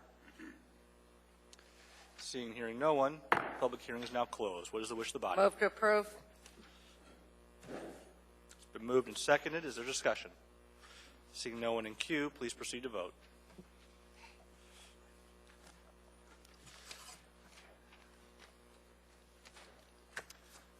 So by a vote of 11 yeas and 0 nays, that motion is approved. That brings us to item 14D, AO 2014-62, an ordinance amending Anchorage Municipal Code, Section 25.60.065, fees, Section 25.060.060, gravesite decorations, and Section 25.60.085, memorialization markers, to remove restrictions on upright markers in new areas of the Anchorage Memorial Park Cemetery, remove prohibitions on planting vegetation in flat marker areas, and allow placement of temporary wooden upright markers in all areas in winter months. That's accompanied by Assembly Memorandum 247-2014. This is a public hearing. If anyone wishes to speak on this matter, please come forward. Seeing and hearing no one, public hearing is now closed. Move to approve. Second. Mr. Starr. We just need to get the record corrected on the SEE, which is page 258 of our packet, more for the clerk's benefit or not, but the table of revenue expectations from this change is wrong, only to the point of needing to make it, the total revenue collections is $7,000, $8,700, and if you look at the table header, this is from Ms. Mahoney, she indicates that it's indicated in thousands of dollars. So if you did 7,000 times thousands of dollars, you anticipating collecting $7 million, which would be nice, but I don't think that's intended. So the change would be where it says revenues, change that to 7, 8.7, 10.9, 13.7, and 17.1. Thank you very much for that correction, Mr. Starr. Can't tax the dead, right? I tried, but it didn't work. All right. Seeing no one else in queue, please proceed to vote. And so that carries unanimously. That brings us to item 14E, AO 2014-40, an ordinance of the Anchorage Municipal Assembly establishing the Eklutna Overlay District, amending Anchorage Municipal Codes, Chapter 21.10, and the zoning map of the Municipality of Anchorage. This is a public hearing, Mr. McQueen, so get on down. And we do have an S version. Go ahead, sir. Good evening, Curtis McQueen, representing Eklutna. In the audience, we have tribal shareholders, we have village council members, we have board members, and we have Mr. Tim Potter, our consultant. The Eklutna Dena'ina, the first people of Anchorage, have over a 1,500-year history in the lands now known as Anchorage and the Mat-Su Borough. I'm not here tonight to discuss the atrocities of the past. We all know that history, a very sad history. Rather, I'm here to celebrate the vision of the future. We are the last remaining Dena'ina settlement on the east side of Knik Arm and the only Alaska Native village tribe located within the municipality of Anchorage. We are the home to more than 200 residents, plus another 300 to 400 tribal shareholder members maintain close ties to the village. In 1971, we also became shareholders due to ANCSA, the Alaska Native Claims Settlement Act. Since 1971, our people, through its corporation, have contributed more land to this community than any individual, any group, any single government could or has. When it comes to providing the real estate that is needed for inventory to grow and expand this community, Eklutna has stepped up.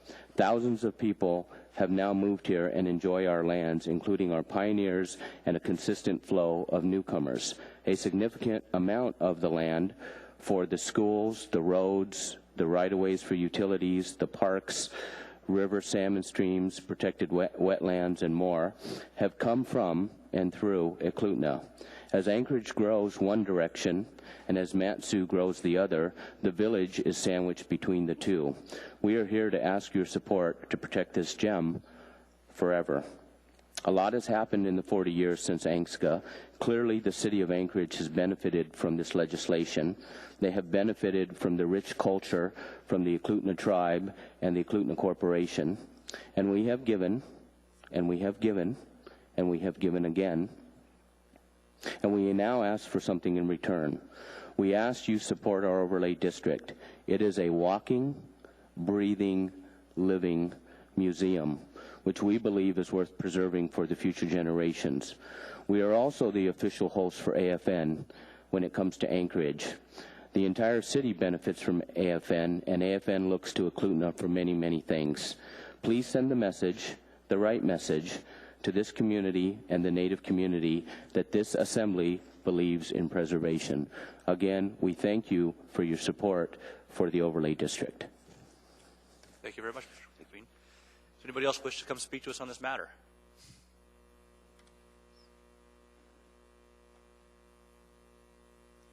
Welcome back.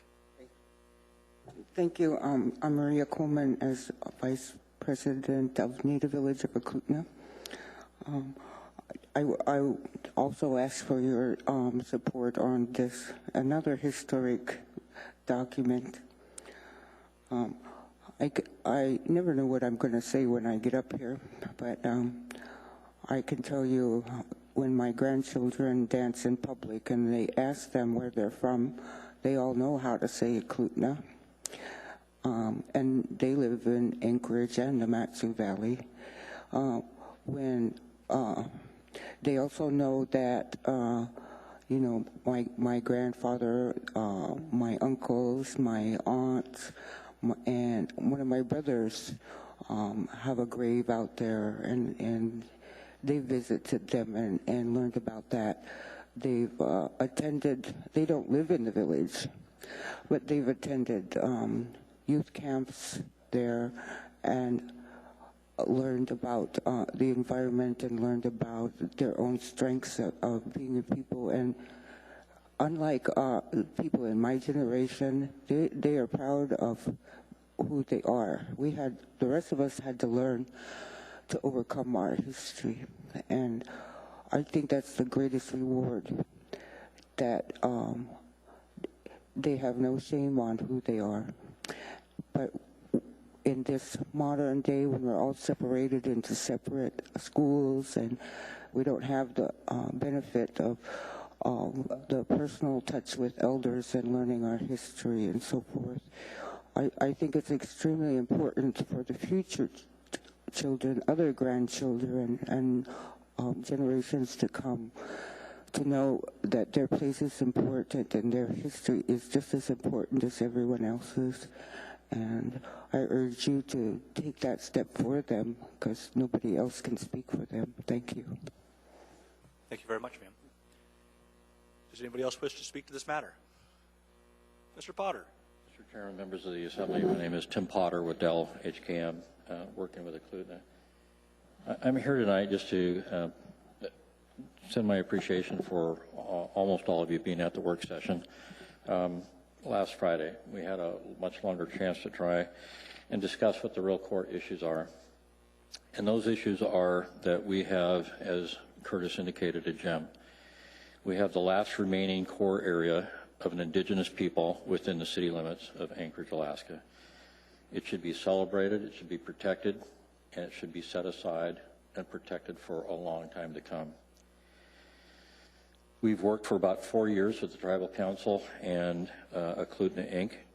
through surveys and meetings after meetings after meetings to try and capture what the real essence of their culture and their needs and their demands within the Title 21 world of land use regulations. And they have been imprinted with this Title 21 and land use regulations that don't necessarily match in all ways with their culture and the way that they would like to live and be able to live. We have taken a sharp focus and tried to detail the ability to have housing that's a bit more flexible so that they can have multi-generational housing, still guided by the health and safety requirements and fire code, but allowing them to have multiple principal structures that may be independent single-family homes on a single tract of land, which is currently not allowable within Title 21 where this piece of property is currently zoned. We have looked at flexibility for having business and home business occupation type activities at their own residences, which is very common within the village, if any of you have been out there and visited. This allows the cultural and communal activities and development to occur, such as a communal firewood building, like a barn that would house the firewood that is then given out to elders and or residents within the village. It allows the ability to protect the subsistence capabilities and lifestyle of that culture. And one thing that you have when you have a subsistence activity, not that any of them are 100% based on subsistence, but to the extent they can be, to continue to gather important plants, berries, other food products, birch bark for making baskets and other artwork, hunting, those trapping, fishing, those kinds of activities. As public improvements are pushed through, whether through eminent domain or exactions due to other processes, we create an influx of public corridors through that village and take away the ability for them to subsist on an area. We're simply asking that in this 802 acres that they are allowed to have a culturally sound and protected lifestyle and a little bit more flexibility than the rest of us have necessarily to meet their lifestyle, and that be protected. And just in closing, be happy to answer any questions, but it's very important to note that Camp Mohawk left a lot of residual contamination, which Eklutna, Inc. and the tribe are trying to deal with. The Eklutna River has been basically wiped out from a fish habitat standpoint, and they're working hard with the Corps of Engineers to get grants and other things to put forward corrections to those actions. So they're not just trying to preserve the natural environment, they're trying to recreate and rehab the natural environment so it functions like it did. And it's important for them to know that they're not going to have roads, public trails, and everything else shoved down their throat effectively, disrupting the area if they're going to go to that work and expenditure to try and do that rehabilitation and create that area. So 802 acres. Thank you. Tim, did you cover every point you wanted to cover? That's really it. I think the work session pretty much covered it, but I know that there's a sticking point with the municipal attorney and some assembly members, and I totally get that you're all of a sudden creating some odd precedent that will domino through the rest of the city, and then the city won't be able to condemn property for needed public infrastructure. And I just don't see that being the case here. And I do not think that it's too much to ask, as we showed you on the map, for an 800-acre area that's trapped between coastal wetlands, coastal preserves, and the Glen Highway, with all of the major utility corridors on the east side of the highway already in place, and that can be actually grown as far as further infrastructure. It does not seem too much to ask. And if the community really needs it, the way that it is written, that you can still go to the native village of Eklutna and Eklutna Inc. and negotiate. And part of that will be dependent upon what that improvement is. That may not seem like a big deal, but it is a huge statement of we respect who you are and what you are, and 802 acres isn't too much to grant you. Thank you. Thank you very much, Mr. Potter. I see no further questions at this time. Is there anybody else who wishes to speak to us on this matter? Seeing and hearing no one, public hearing is now closed. What is the wish of the body? Move the S version. Second the S version movement. We have the S version in front of us. Ms. Domboski. Thank you, Mr. Chairman. Well, I absolutely respect the sentiment of every one of the speakers. And every time I listen to Ms. Coleman speak, she always makes me smile because you can tell it's from the heart. And I respect that immensely. As I've watched the different versions of this Eklutna Overlay District, I've seen it's gotten better. It's definitely gotten better. But I like the thought behind it. I like the fact that the village is unique, and they should be allowed to celebrate their cultural differences through their development, and I support that. I've pointed out there are 3 things that I have concern with. Number 1, the overlay district. Essentially, there's parcels of property that are not owned by shareholders, they're not owned by the village, and they're not owned by the corporation.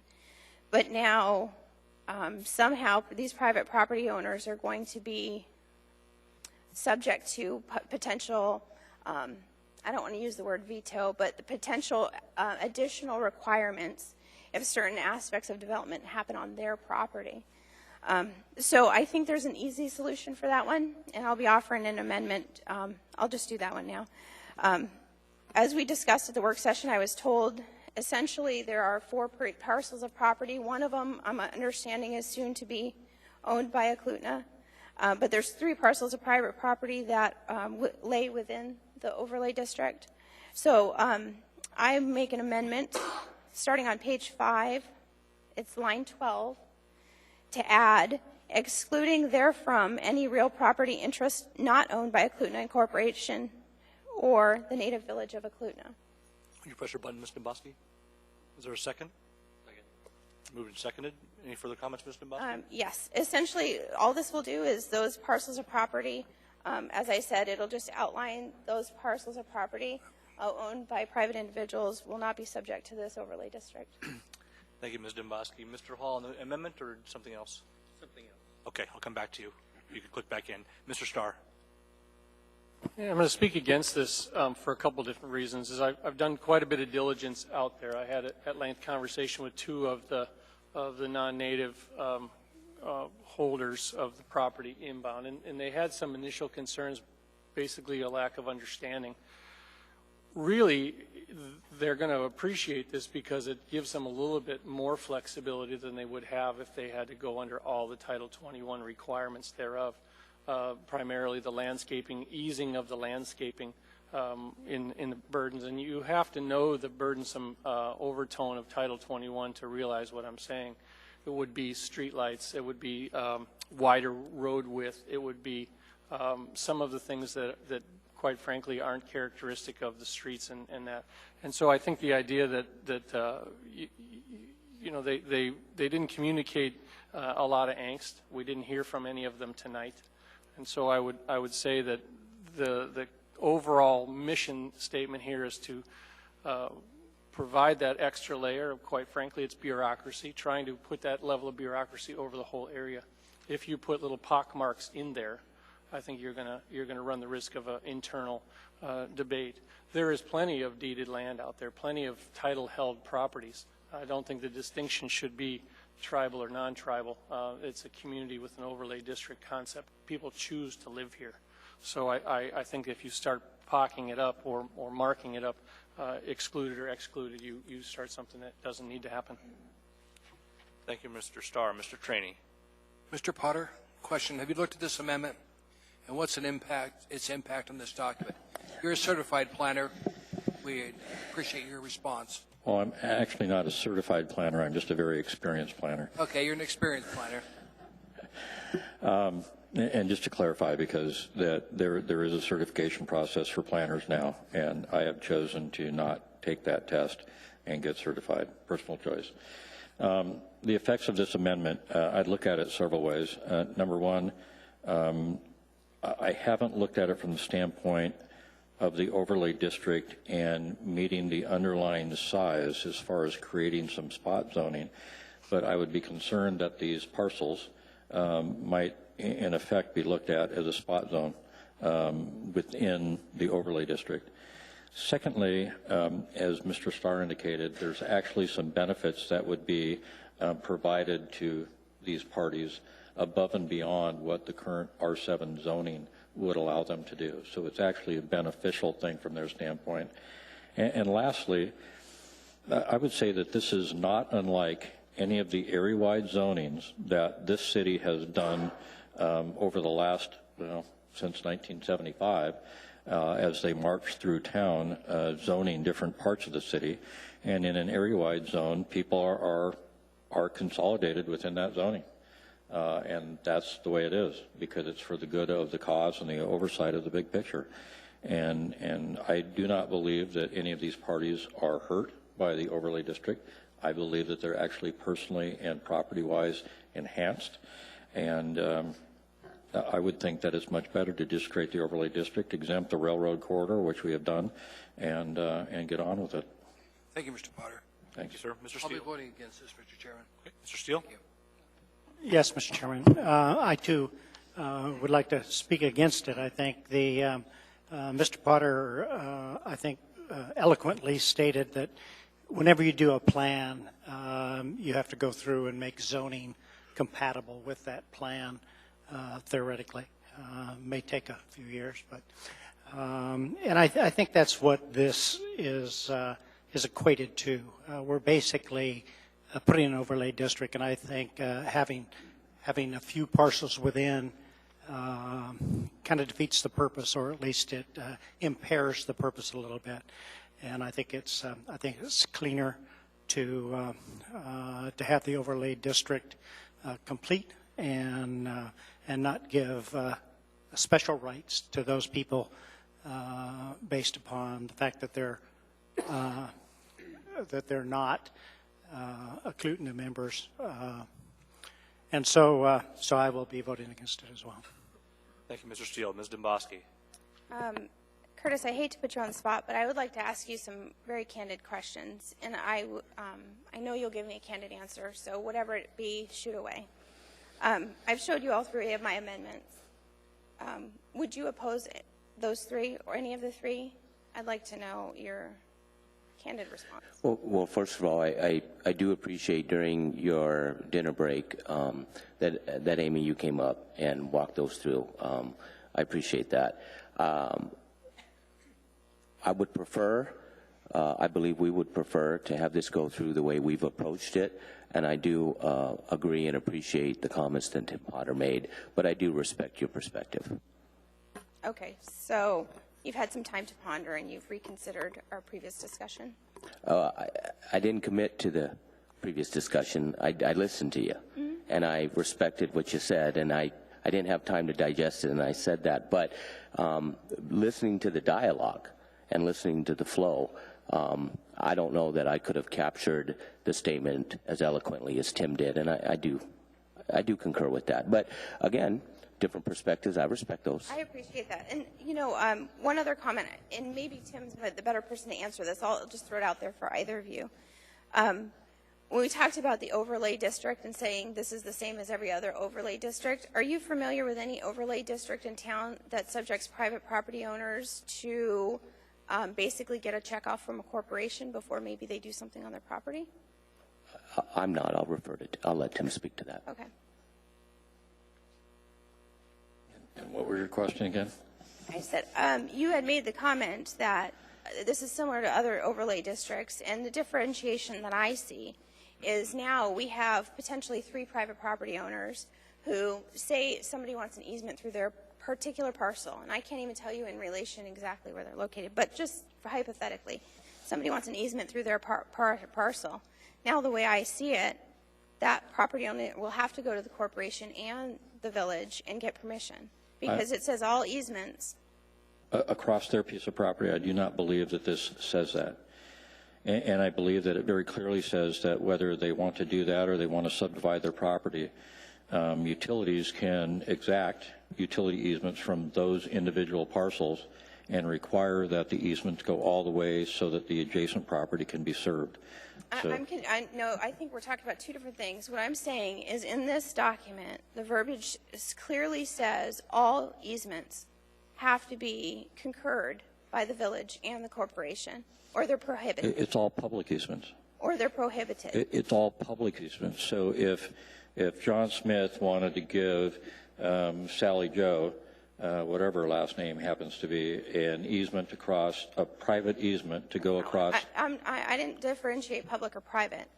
So if we're talking about a public easement, then yes, they would have to get the concurrence of the village and the corporation. If it was going to be a public right-of-way or easement that was open to utilization of all parties, anybody around the world could come and drive on it, then there may be a question as to whether or not NBE and Eklutna would have to do that. But if Tract A wanted to grant an easement so that there could be a utility or a driveway or something else extended, that is not affected or impacted by this overlay district.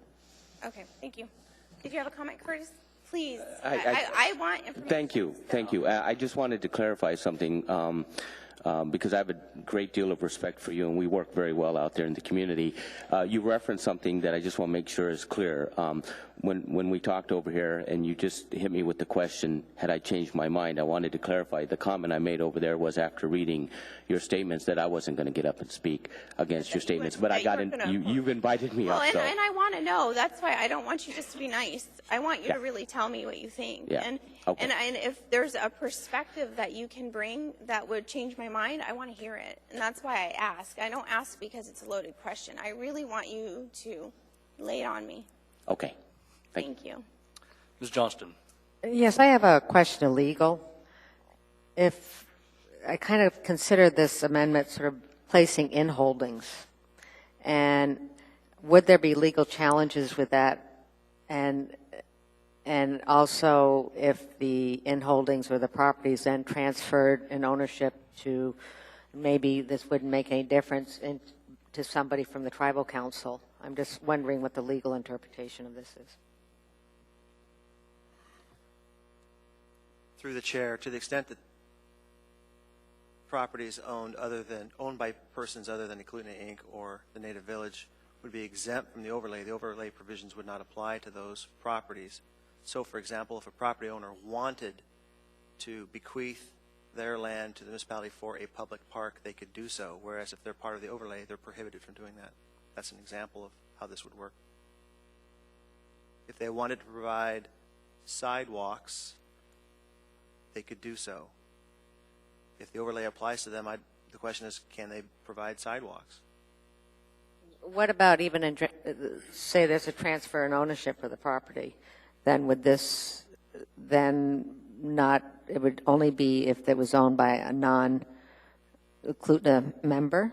Is that how, so then it would then go back into the overlay district? If Eklutna purchased the property, it would become subject to the overlay. What if property was purchased by a private person that was a non-Eklutna tribe member? Then the overlay would not apply. So in other words, property could be kind of fluid if this passed, where the ownership of the property, if it changed, would change the overlay district. That's correct. Thank you, Ms. Johnston. Mr. Hall.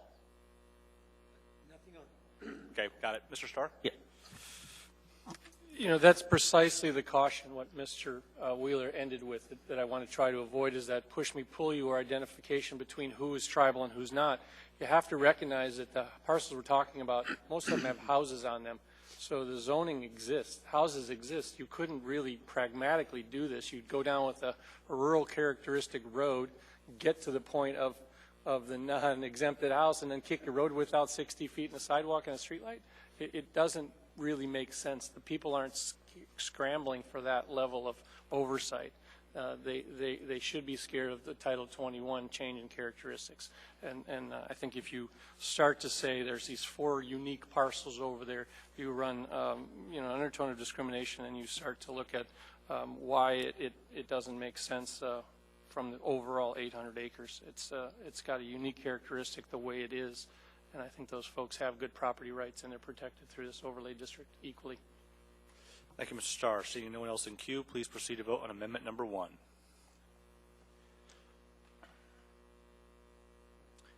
That motion fails. Mr. Hall.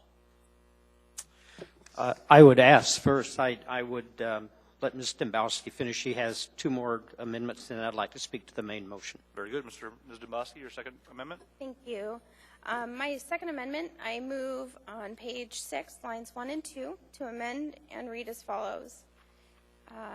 Districts shall be prohibited until both NVE and EI have been provided at least 30 days advance written notice of the request for a request for consultation. It's been moved and seconded. Ms. Dembowski, do you wish to speak to that? Yes, Mr. Chairman.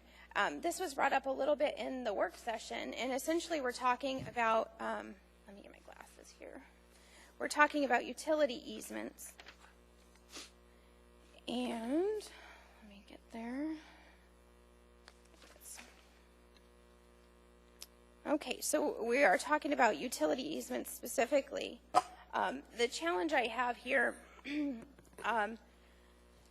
is essentially what we have with an easement is the government sometimes has to create easements for the public, betterment of the public. And what we're doing now with this particular ordinance is we're setting a precedent, which I couldn't find anywhere in the country, in which we're allowing a corporation essentially veto power on local government. I don't know if that's a good thing, a bad thing, or whatever, but I know it's a precedent. I know it's never been done before, and it makes me very uncomfortable without having a robust dialogue about it. So essentially what I would do, I'm not talking about parks, I'm talking about utility easements. What I would do is I would require consultation with both the village and the corporation prior to any of that, and bring all three entities to the table. I think it's a fair solution. I think it's kind of a mediated solution, and I hope I can get support on it. Thank you, Ms. Domboski. Mr. Starr. I'm going to speak against it for a couple different reasons. Some are really passionate for me, is how many more do we put through there? And this is a utility easement and a transportation easement. That's what we're talking about. You need to go to page 5 here, folks, because it talks about new ones. The sentence isn't pure, as Ms. Domboski indicates. It actually is part of a paragraph which starts off in new. And this is what we can't have anymore. The guts of this whole overlay are the ability for us to protect any more of those. You go live in town, Miss Gray Jackson, you've got Northern Lights, the power line set that goes down Northern Lights, those 60-footers. We've got 3 sets of those out in our area. One more will ruin this area. One more railroad, one more light rail, one more, you name it, in this category will pretty much take care of what I'm trying to do here for this folks in a long-range vision plan. So, you know, I'm passionate about that. The second half is more educational. There's an operating agreement, a memorandum of understanding. The nuance that you have sort of a powerful corporation for vetting, they don't exercise their power in that way. We want an easement. They give it to us. We want a land trade. Baldy, they give it to us. And I don't mean disrespectful in they, but it's the corporation that comes to the table time and time again and respects that. The memorandum of understanding is between the tribal council and the board and Eklutna. That's the operating agreement. They're their business agent. It would make sense for them to be part of the agreement. And so when you have that business agent agreement, it's the government speak. The tribe is a federally recognized tribal government, but the mechanism on how they do their business is through the corporation. We have to allow that to preserve itself inside this overlay district so that if one party or the other loses confidence, let's say the board of the tribal council somehow dissolves through some mechanism, you still have NVE there to rescue them. If the corporation falls apart because Curtis and the board leave and change hands, then you have the tribal council. It's a nice balance. Those 2 words should be in there. I don't think there's a demonstrated history of them running roughshod, exclusionary language, or trying to put it up. I'm fearful if we can't start to preserve and protect and send the message that we're on their side, that we're going to have that very thing.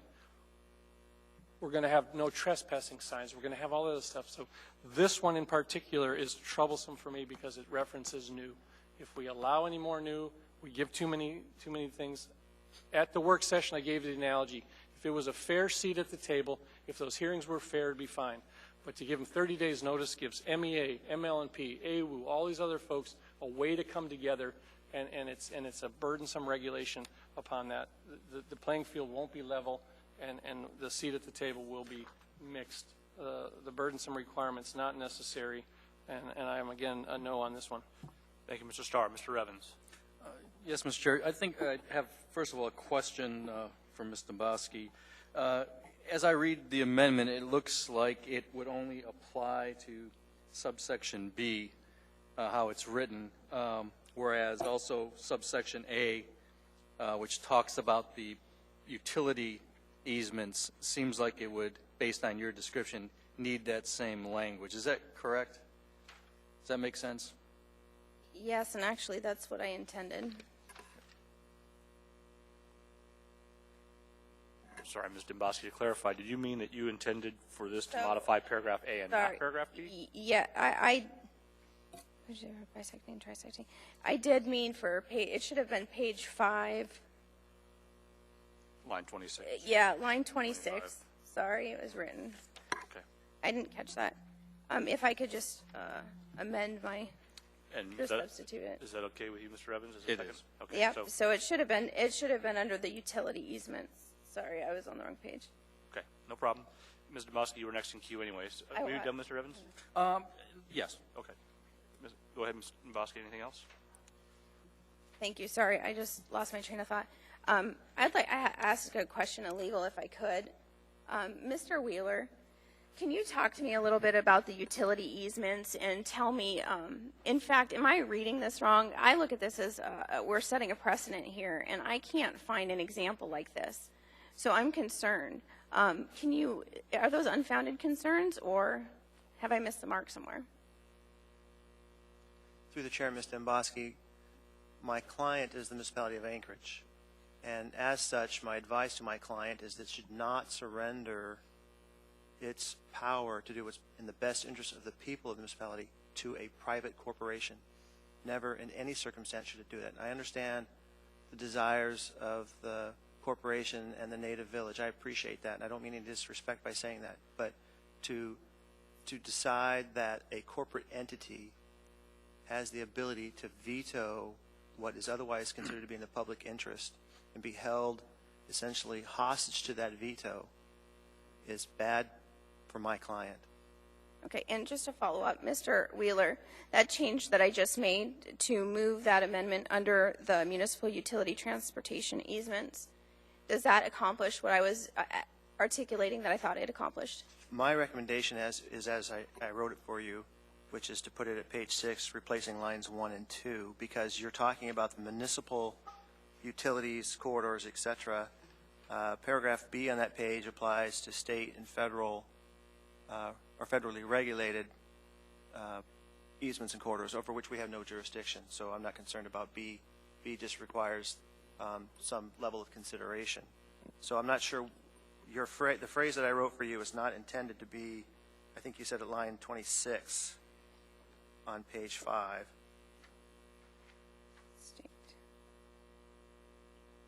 Oh, well, all right, then my S version is a little bit different than yours in terms of page numbering. How about that? So yeah. yes, it's supposed to be at the end of paragraph A. Yeah, okay. Yeah. Yeah, that's line 26, what I just changed it to, right? Okay. Yeah, I think we're working out two different versions. Yes. That was the challenge. Yeah, I'm sorry about that. That's okay. With that, I hear what Mr. Starr is saying. I absolutely believe that, the best that we can, we need to preserve the characteristics of this piece of property. I absolutely believe it. But I don't believe that this amendment is doing anything. This is not a precedent-setting amendment. In fact, the S version is a precedent-setting ordinance. And I think before we give away the city's power in this instance, I think we need to take a long, hard look at it.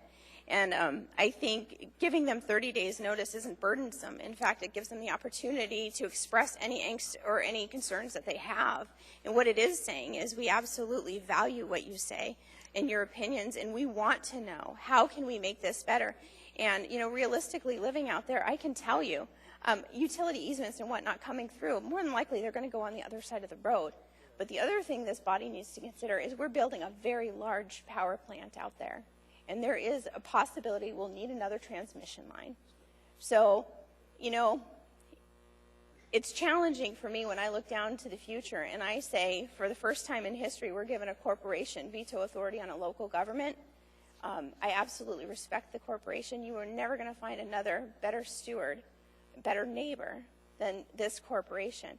But what I am saying is I am not willing to give away the city's power at this point, no matter how great the neighbor is. I just can't do it. So I just respectfully request that we respect neighbors and give them the opportunity to weigh in if there's going to be an easement. That's what the intent of this is to bring everybody to the table so we don't just carte blanche do something. But at the same time, we preserve the local government's authority to do our business. And that's all it is. I mean, it's really coming from a good place, and that's why I say that these topics are delicate. I understand.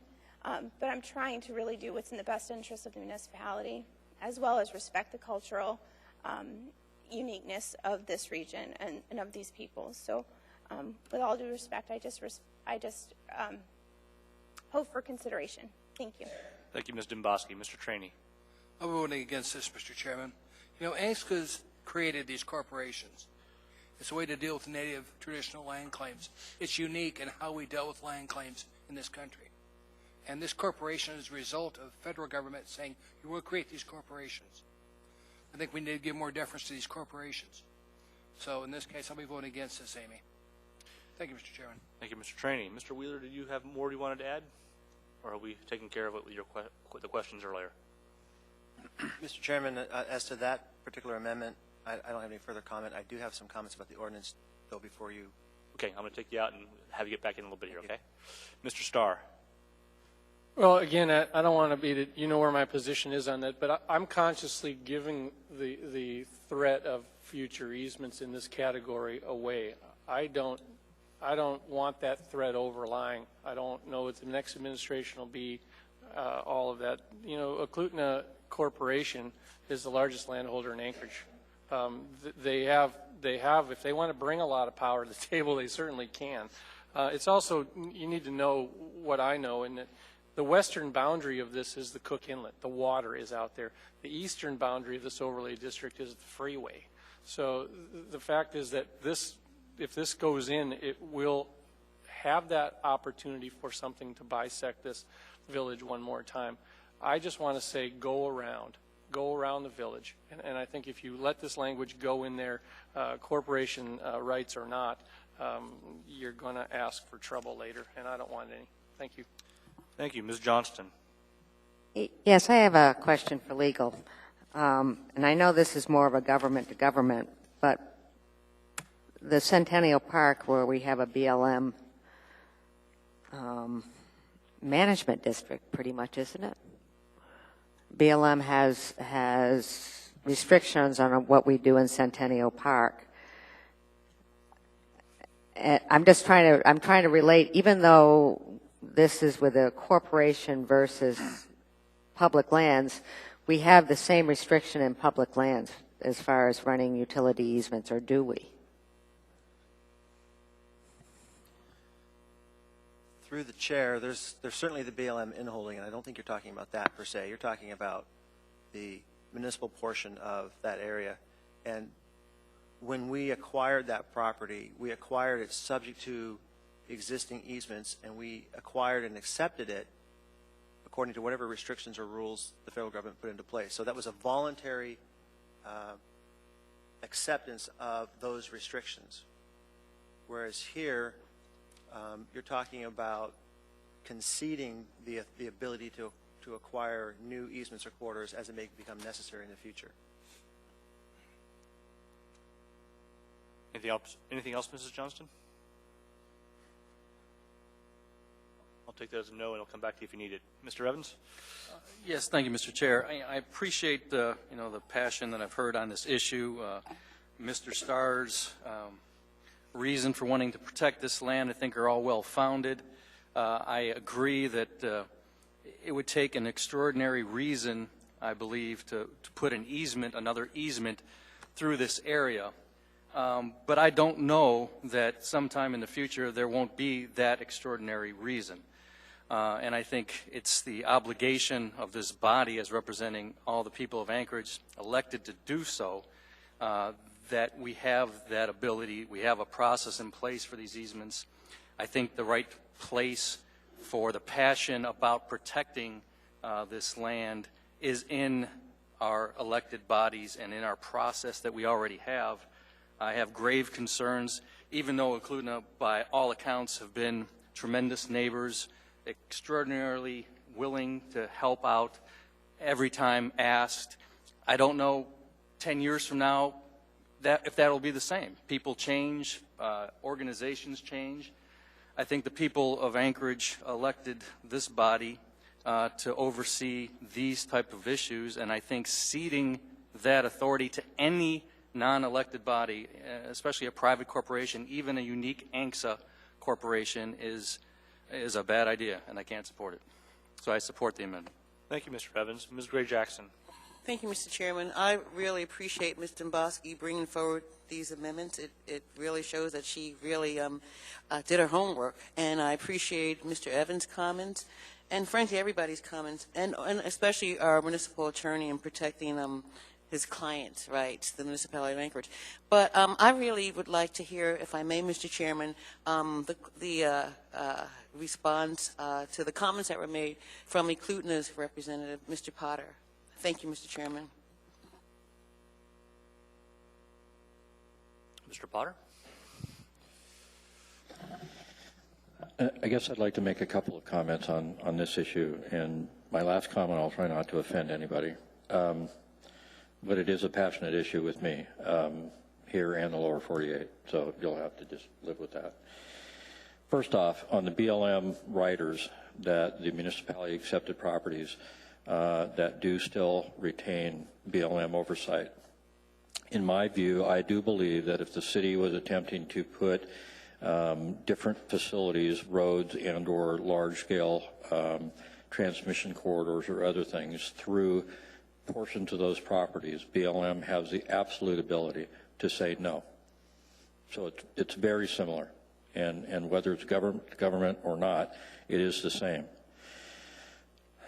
Lastly, there's been a lot of talk about you do have a fiduciary responsibility to all the citizens of the city, and I totally get that.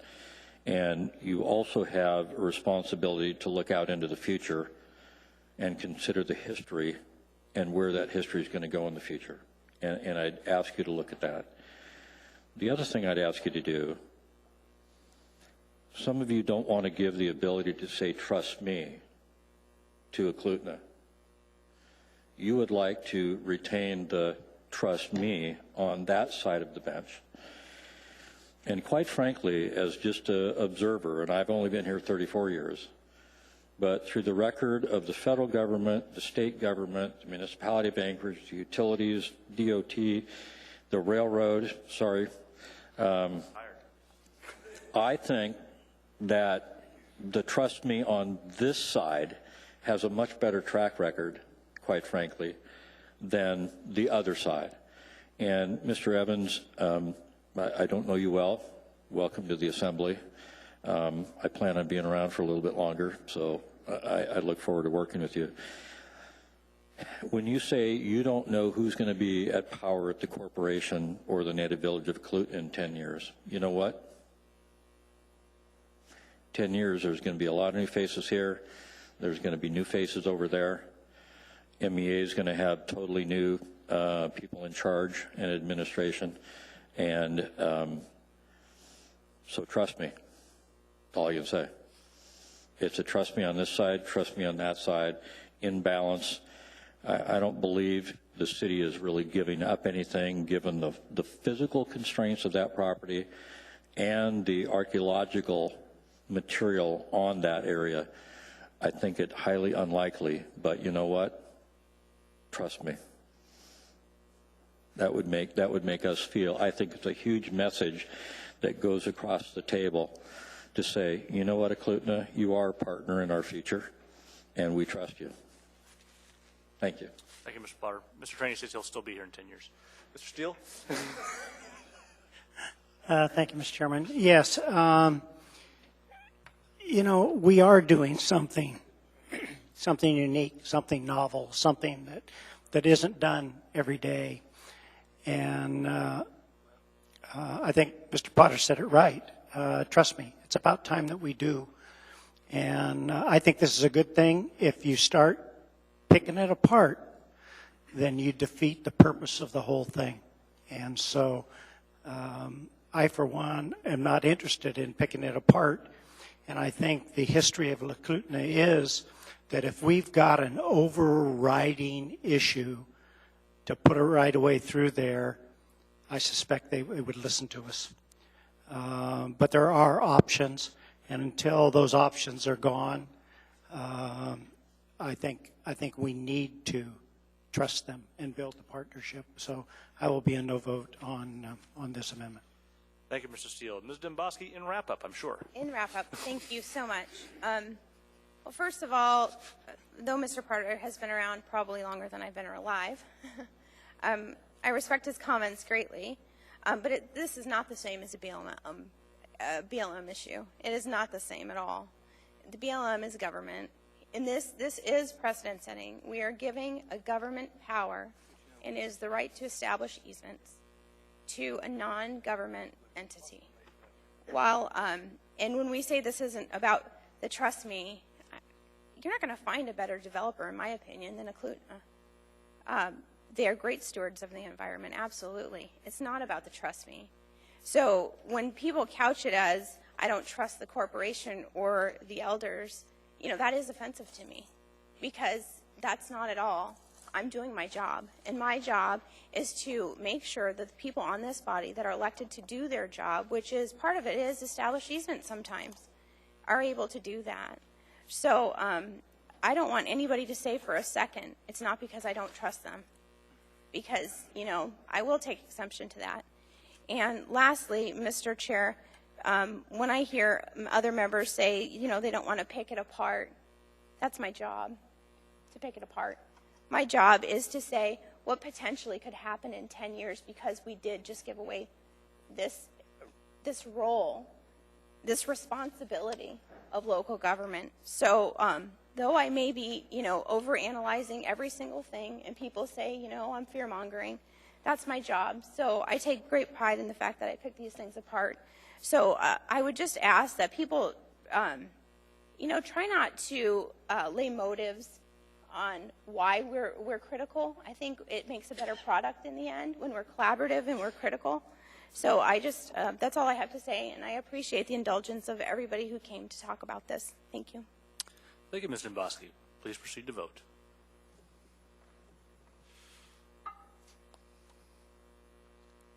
So by a vote of 3 yeas and 8 nays, that motion fails. Ms. Domboski?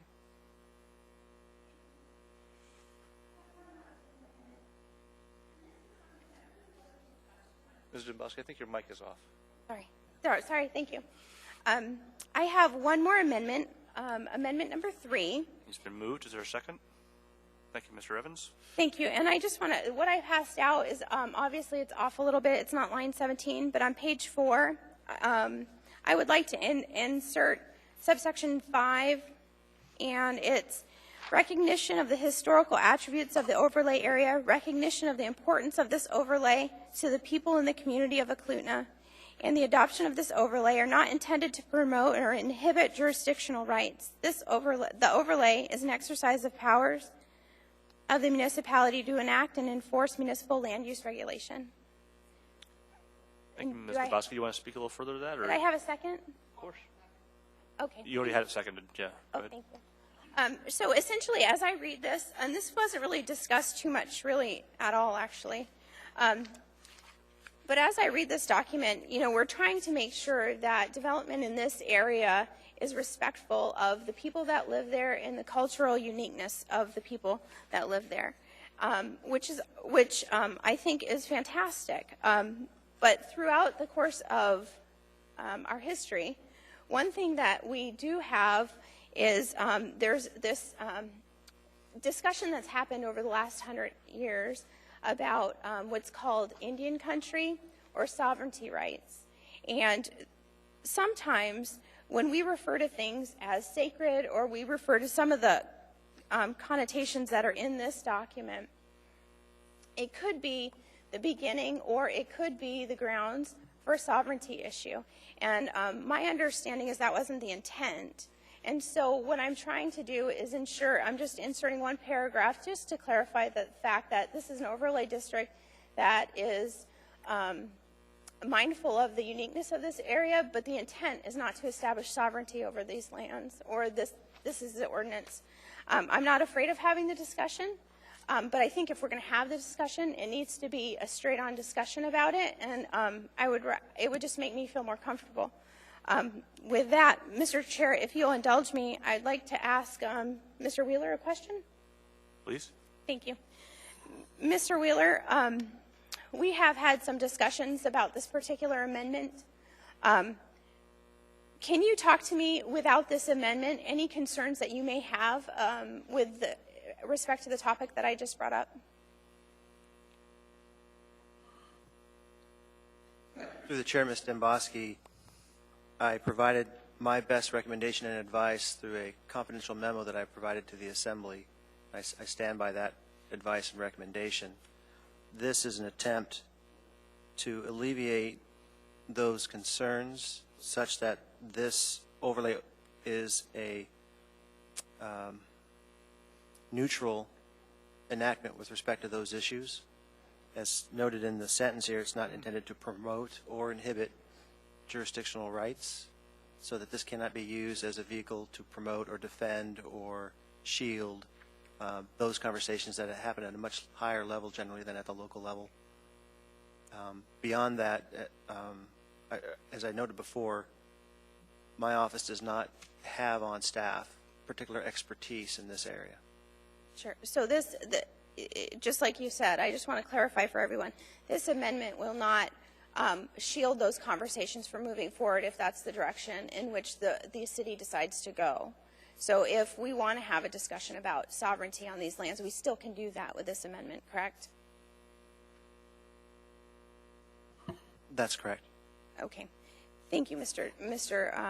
Wheeler. And Mr. Chair, I just want to follow up by saying, this, like I said, one of the biggest issues that I had was my concern for this being a precedent and this setting up the discussion for possibly down the road a court case saying, look, the city of Anchorage just gave sovereignty or Indian country, so to speak, to in this overlay district. And I think I'm not afraid of having that conversation, but if we have that conversation, it needs to be in the spotlight, and we need to bring everybody to the table to talk about it.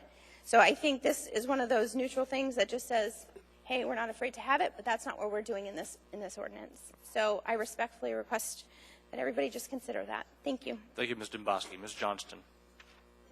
I'm going to be supporting this amendment. Off the record, I had actually asked our municipal attorney as far as the precedent setting of this last amendment, not as far as Uklutna, but could another large corporation come and ask for the same type of relationship? I mean, I understand this overlay, and I very much appreciate it. And I look at it, not that Uklutna is a park, but I look at it in the same respect. And so I figure in a government-to-government relationship, we do this all the time, but this is a corporation. And I was concerned about the precedent of that, and I'm not sure who it would be or where they'd be coming from, but would there be another corporation that would come and ask for an overlay that would be somewhat similar, and would they cite this? So for that reason, and I think Ms. Demboski has made a very good point as far as what we're looking at in the future, and it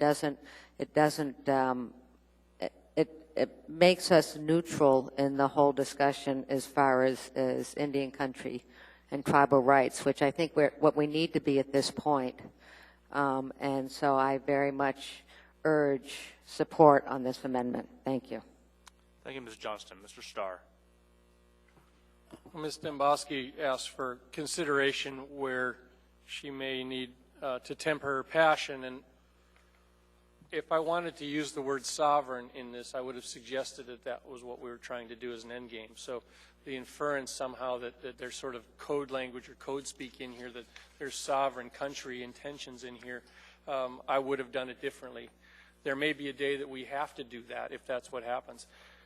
I haven't been up here for 34 years, but I have been for 20. Before that, I came from Navajo country, Apache country. You want to see the Hopi Indians get good and PO'd, you can talk to them about treading on their lands. That's not the relationship that we have here. And I used words at the work session that it's okay to say the word Indian, but you better know really what that means in their cultural spirit of things. This is a tribally recognized government, and that's federally. We have to get that into our head that this is government to government. The tribal government is federally recognized out there on Uklutna. So I didn't make big emphasis on that. I'll live with it, partly because of this. I don't mind this, Ms. Demboski, because it does sort of send legislative intent, but it's ignorant to where this fits. This isn't some plaque on the wall or some badge to give to these folks. It embeds inside Title 21, which is full of that. More importantly, as you've heard me, every time I talk about my Chapter 10, and I'll take credit for Chapter 10, I'm all over the unique characteristics. I'm all over the protective language inside Chapter 10. This fits in there. Put it in there. Change the words promote or inhibit to address. So if I can read it, it basically says these are not intended to address jurisdictional rights. The intent isn't to do jurisdictional rights. I'm fine with the word address as substituted and let it fit. It'll embed nicely in Chapter 10, but the spirit is that's where it goes. This isn't a standalone document. It embeds inside of a larger protective, and I've gotten most of what I need inside that Chapter 10 from the unique characteristics and the prevention. So pass it. I'm happy with that if you'll take the word address. I would take that if that's a motion. I'll second that. Okay, let's see, I need to reset the motion. Go ahead, Mr. Starr, would you press your motion button? Mr. Dembowski? So the motion is to replace promote or inhibit on line 3 of the amendment with address. Everyone understand the amendment? Is there objection to the amendment? Actually, we better vote on that one. Go ahead and punch in, please.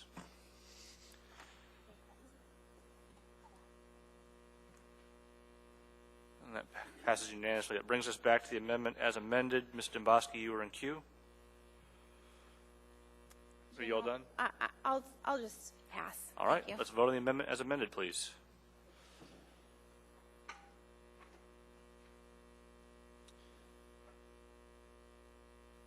And that passes unanimously. That brings us back to the S version as amended. The two people I had in queue were Mr. Hall and Mr. Wheeler, who have been waiting patiently. So, Mr. Hall. Thank you, Mr. Chairman.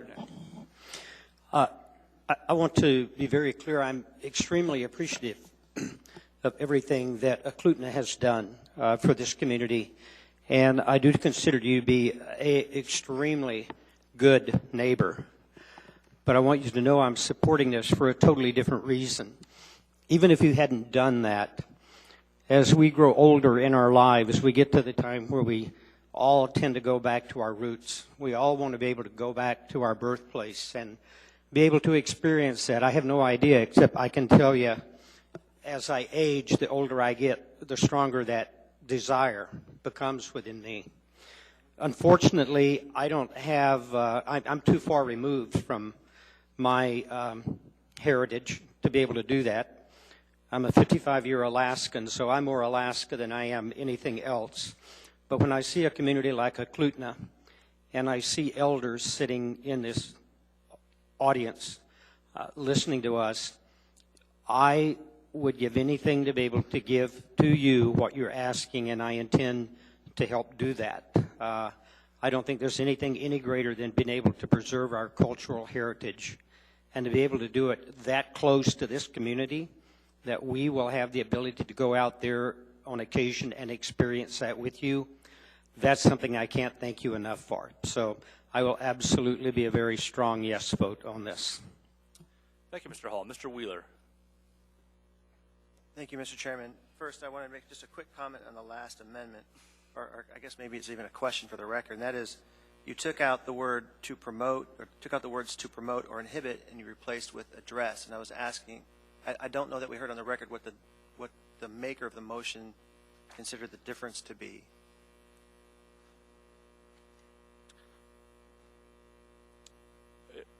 I believe the term, what he said was he thought it was more appropriate choice of wording because sovereignty was not addressed otherwise in the document. So does that mean it's a broader notion than? So just wanted some clarity there. Sorry, sir, but if we're going to use this, I'd like to understand what we're doing. I'm sorry. We're probably asking the wrong crowd right now. So right. Why don't we move on to your second point? All right. My second is more to draw some attention to some of the things that I have not yet heard either at the work session or in the presentation to you tonight that I really feel compelled that I need to put on the record as your legal counsel. There are a number of provisions in here that exempt this property from the typical planning and the typical infrastructure development that you would see for density and development that might occur in this property. If you looked at the zoning map, there is a large portion of the property here that's PC, planned community, which can be a very large and very dense mixed use. And this allows for what could be deemed lower than typical standard for roads, lower than typical standard for sidewalks, no public park, et cetera, et cetera, et cetera. Some of the parcels in this area are zoned transitional, which will pick up the zoning perhaps next to PC based on whatever the analysis is. So when we talk about public process and when we raise concerns about a monofill development or a utility substation development, we ask for a certain level of commitment from that entity to provide master planning, to provide site planning. There's nothing in here that accomplishes that. So what you're saying is that what could be some point down the road, very, very significant, very, very, very, very dense development will not meet those standards that we would otherwise apply to the very similar zoning outside the overlay. If I'm wrong on that, I'd like to hear it because when I read the ordinance and look at the zoning, what I see is permission to do a whole lot less than we would otherwise require with a whole lot less process. I just want to make sure people understand that that's what this does beyond protecting Quonset huts and smokehouses and the other more traditional aspects that we've been talking about. Thank you, sir. Thank you, Mr. Wheeler. Mr. Honeman. Notwithstanding, I mean, I've met with Mr. McQueen and Eklutna Inc., and I've met with, I've actually at one time was related to someone whose family was from the native village of Eklutna. And have spent some time now, though it's been some years. And notwithstanding, I mean, I think Mr. Wheeler brings up a good point. And I've talked to Mr. Starr of the district, and I certainly visited the area, and I understand the ANCSA agreements, and of course, several of the Anchorage had been developed before all the court rulings and the agreement to the land exchange and such. So as my understanding through conversations with Mr. McQueen in times past was, should some of the, like for instance, the military base, or should some of the land become surrendered, if you will, or not used anymore, it would go revert back over to the Eklutna Inc., if I'm not mistaken. I believe that was a conversation. So there's a whole lot of things for going forward in our future. And my concern is when you look at around Anchorage and the Anchorage Bowl, and I'm not saying by any means that Eklutna Inc. or the native village of Eklutna are intending to do this, but over the years you find that we're starting to see things that have happened 2 and 3 and 4 decades ago in our building process that are coming back to haunt us. Poor design on our roadways, not enough drainage, no sidewalks, parks. I mean, all these things that Mr. Wheeler's saying now, you know, I'm getting this almost an eerie feeling of concern. And maybe I'm wrong with this, but I look at Mr. Potter here, and we talk about some of the things that were. I mean, we were in the Northeast Community Council meeting and listening to Mr. Posey say, hey, they'd like to trade off some of Centennial Park for that greenhouse property that they purchased, you know, loan against, and later transitioned into a loan against the interfund loan against the municipalities, good faith and credit. I mean, this thing goes back a decade or better, and so my concern, and overwhelming concern, in a larger portion is intent. And I think it's been addressed many times here. What is the intent of the body who will be here in 10 years or 20 years, or what's the ramifications or consequences for all of our community? What's it going to look like in 20 or 30 years from now? Are we going to have these same kind of concerns? So I'm going to support the overall amended change to the S version, but I'm going to put it on the record that I'm pleading with Mr. Potter as a representative with Eklutna Inc. and the native village of Eklutna. Please don't let your property, the parcels that you own and control, get developed poorly in a substandard way with all the problems that we're starting to see now, right here in East Anchorage in particular. I'm speaking in my district. We've got roads that are flooding. We've got people's crawl spaces getting damaged, because of somebody decided to change a road design. Poor drainage. I mean, it goes on and on and on. Ms. Gray Jackson, Mr. Training, went down to Juneau and asked for money to do a whole section of drainage and water over off of Rika and 20th, over off Regaw Street, if you remember, where they had to redo the entire roadway and drainage area. So I'm envisioning some problems down the road if we're giving you, if you will, as Mr. Wheeler said, none of these things that we can actually come in and check and balance on. It's almost like a key to the castle, so to speak. And I'm not saying that you shouldn't be able to do what you want on your property by and large, with some exceptions, but I still think we need to make sure that we're diligent in developing the property wisely for the future, for all of our future. So thank you. Thank you, Mr. Honeman. Mr. Starr. I've always been passionate on this topic, and it's giving me now time. This isn't a legacy statement. This is really a legislative solution to sort of protect a culture. That's what we're taking as the modern times against that. And Mr. Honeman, you're well spoken. You always have been on this body, but it seems to overshadow the history of it all. And no offense, I'm one as well, but it's typical white man speak. It looks to the future as progress and progressive and new and better and building, and we can surely implode and impede. They look at where did the bears go? Where are the moose? Where are the corridors? And that's what they want to do. These folks, the tribal elders, especially the ones in the back, the presidents and those that live there are the best stewards of the land. We are not taking an overlay district or a precedence of that over all the Eklutna lands. We've done, through Mr. Potter's research and the historical perspective, we're putting a center of this overlay over the heart. It has a history. Why I started the work session the way I did is because it is truly the heart. This is where it emanates from. People look back to this spot as their lineage, and it's really meaning that. It's this dirt. Granted, they had fish camps all over the place, but this is it, partly because it's one of the last remaining. So I want to give the future back to those folks that have the best history of stewardship in that. And I don't suspect there's a risk to it. I'm not always certain that we need to go and ask the government for permission. So I think the idea that this starts to reverse that trend a little bit in this particular area, I'm with you on all the other development challenges you described, but it sort of reverses the trend of having to ask your government on private property, what can I do? What do I want to look like 10 years from now? It lets those folks decide, and it's well worth the risk. It is absolutely well worth the risk. We're not good at it. So I'm happy to know what's going to happen in 10 years because it will be their decisions and their discussions to have, and I say that in a good and supportive way. So, you know, this has been around our block now about a year and a half, and this is the third version, and I think it's ready. It's time to be implemented. It embeds nicely in Title 21. It takes the threat off of that. It's going to hit us hard 1st of January, the entire community.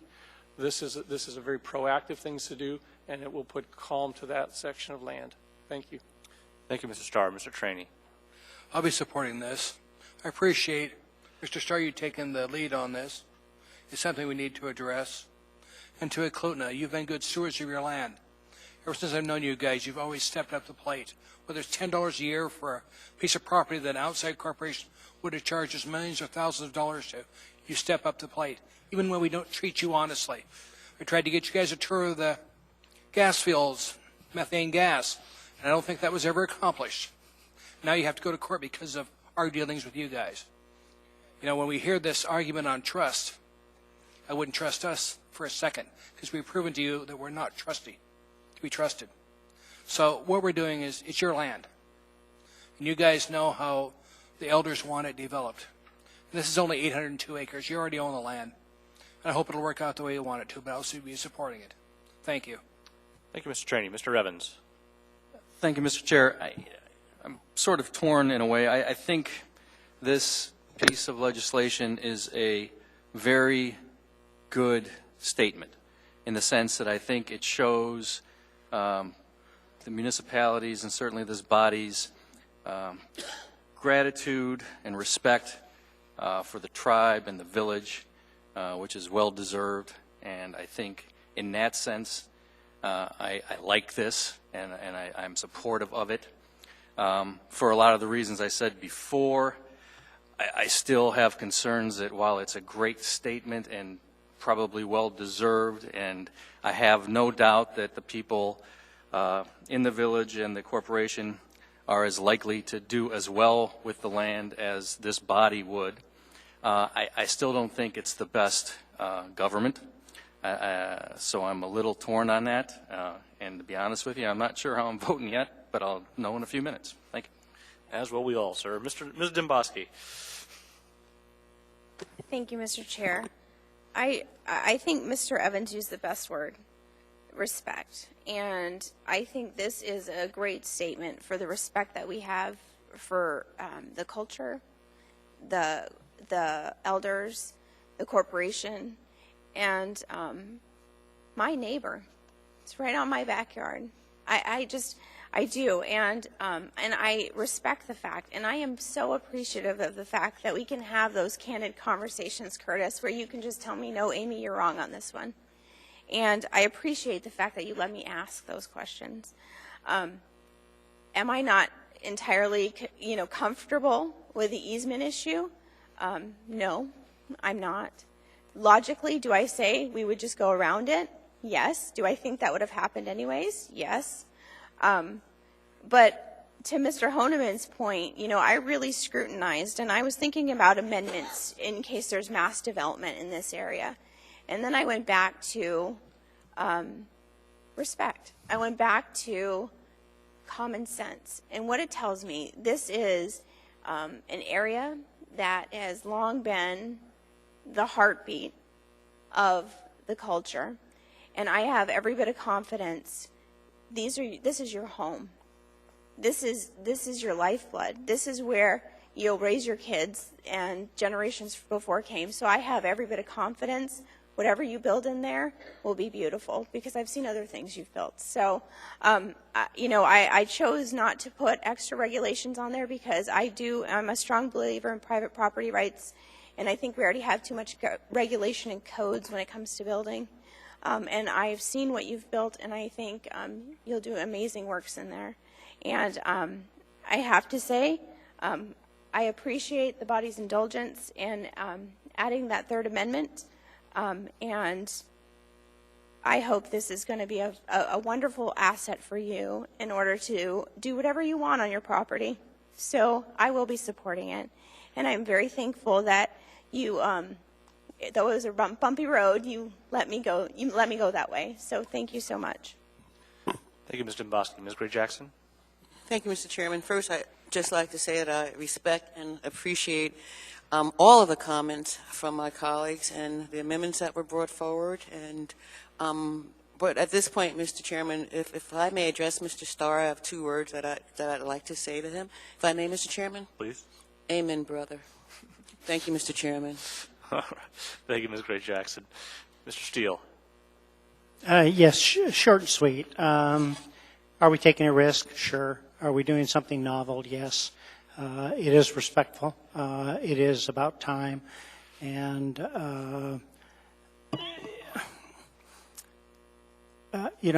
we haven't always done things right. And I remember site condos. But this is right. This is a good thing. And I have a good feeling about it. And so I will be a yes vote.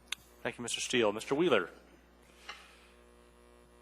Thank you, Mr. Chairman. I would invite the Assembly to turn to page 7. Hopefully I have my page numbers right. Page 7, lines 1 and 2 at the top. It says that section regarding transportation and connectivity shall not apply within the overlay except as follows, but there's nothing under that, so I don't know what the exception or exceptions would be. And I apologize for that.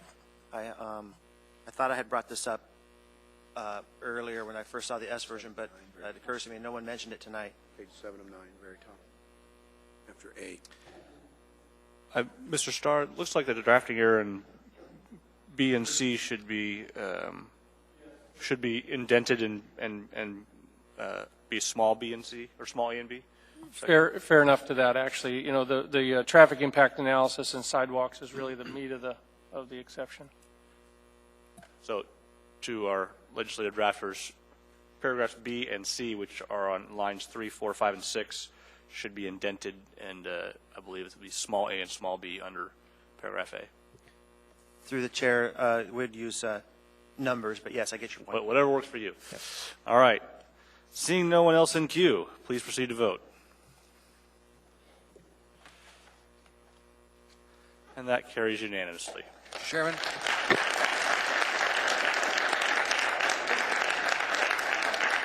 Mr. Chairman. Mr. Trainer. Move for immediate reconsideration.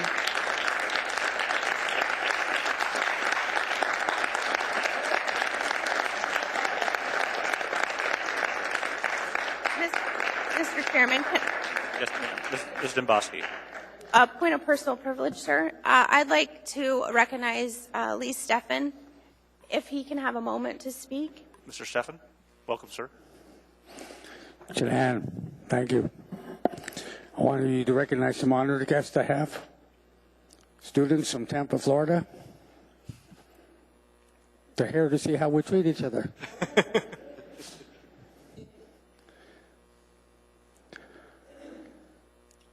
Another honored guest. I want Perry.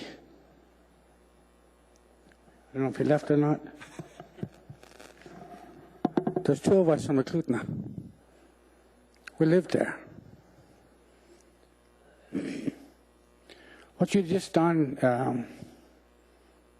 part of my world, part of my dream. I was born in 1954. My dad's house, behind him, General Steve's house. Up about a block, my grandpa, behind him, my auntie. Up a little bit, Calais, my Gallic house. There was about 72 people living there.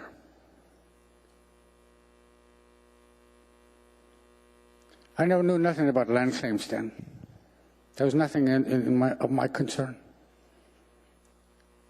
On the knob, we get moose, we get berries, we get dory knees. In the swamps, there's some ducks and stuff like that.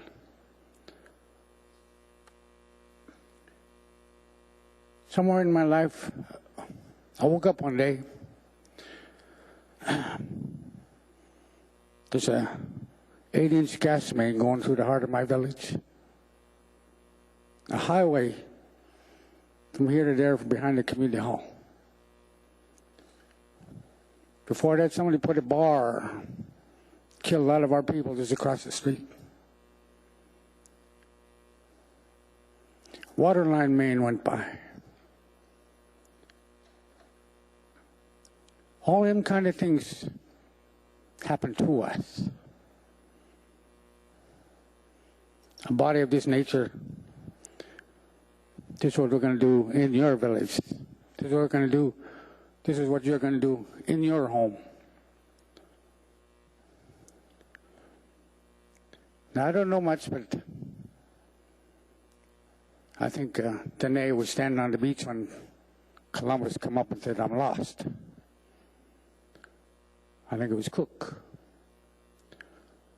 So that's where my understanding come from. Including the village, it's not got nothing to do with poverty or we're poor or anything like that. One real cultural way. I had a very, very good friend. I loved him very much. He got a $100,000 inheritance.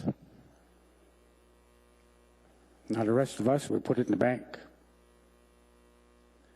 Today way, you live for today. The guy, let's go to the bank, I'm going to get that money out. And if he happened to run across you, here, you want money?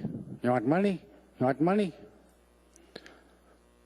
I don't think it was more than 2 weeks and he was broke. You know, God doesn't guarantee you tomorrow. So that's the way we live. I got a HUD home, acre property. Curious me. I see all these subdivisions. Every one of you from subdivision. Every one of you get together and you write rules. You can only have an RV, but it's got to be in the storage. You can only have one car. You can only have one dog. You can only have... I couldn't figure that. What the heck business of it yours would I have? Why write these things? I hear complaints all over. I don't want these rules. But you guys made them. So we're in Eklutna, I think that's about the third village there. I see house pits, places where people used to live. The village of my years, all fallen down now. The village for my kids, my son is sitting in the back there. They will inherit Eklutna. And there will always be Danae. Sure, we're going to use a lot of this stuff. The concerns you have, kind of breaks my heart a little bit. We trust you for many years. Trust me. We're having a potlatch powwow coming up. It's called Roadmap to Unity. All these kids got the T-shirt. All of you are invited to see what we've done here today. You come out there. I don't think anything you've said today, when my kids' kids come around, you need easement, that'll be so. Why we don't want the trails? Human beings slaughter everything that moves. We got rabbits, ducks, moose, porcupines, even the magpies to kill them. What we're going to eat when that's all gone. That's why we don't, people go marching through our village, and it's a village where our food is. So Chinan, Chinan, Chinan, thank you all. Thank you very much. Thank you.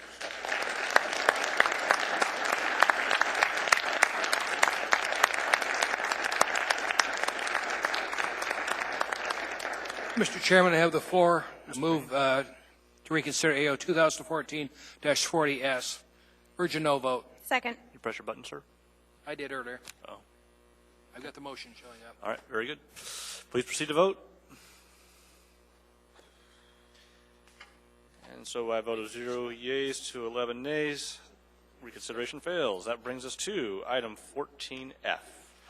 AO 2014-58, an ordinance of the Anchorage Assembly amending Anchorage Municipal Code Title 21 Land Use Planning, new code effective January 1, 2014, to remove the group living use severe alcohol-dependent housing, and amending Anchorage Municipal Code Title 21 Land Use Planning, old code expires December 31, 2014, to remove the use severe alcohol-dependent housing.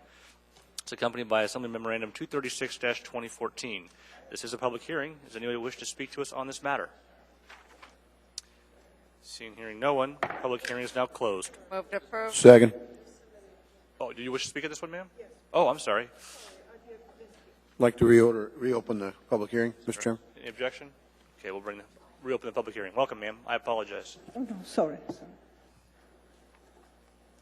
I'm Gloria Manni, M-A-N-N-I. I'm a West Side resident, and I'm here just to point out that while it's necessary to remove the language because it's discriminatory and was not intended, I suppose, but still this amendment is only a partial issue because it does not address the language they used to monitor or the group living facilities established by for-profit, non-profit, or whatever. So it's a one-sided decision. It's not a complete amendment of the code. Mrs. McConnell just told me that a while ago that they don't foresee to bring the other part, that it will bring the total imbalance until the end of this summer. In the meantime, anybody that wants to speculate on this opening, they may come in and do whatever they want in the city. I don't think it's a good management of the city and how to make it doable and livable, not only for the people that have the problems, chemical dependency or mental health or whatever, but for the surrounding residents, and it is very important. I noticed here about the summary economic effects to be zero. Indeed, if some kind of permits is issued in the meantime, it could really affect value properties, could affect the tax revenue, therefore, to the city, but really affect the functionality of the area. So I caution you that legally you need to do it. But by the other hand, I also look at the fact that I'm stunned that the other party, the lawyer that started this issue, cannot wait to a full resolution, an equitable resolution of the new title, because the city is committed never to use the language again, not to implement even.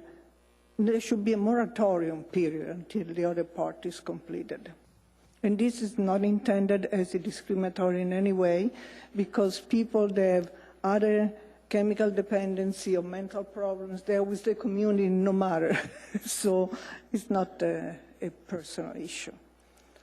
And I would recommend that if you could work it out with the city so that this can be postponed until the old set is completed and the community can work with it. Thank you very much, ma'am. Thank you.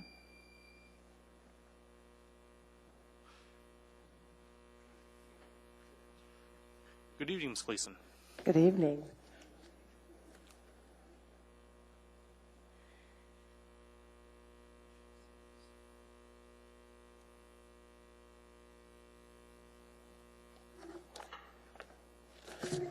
Okay, my name is Kathy Gleason, and I am past president and current board member for the Turnagain Community Council, and I am speaking on behalf of the council this evening.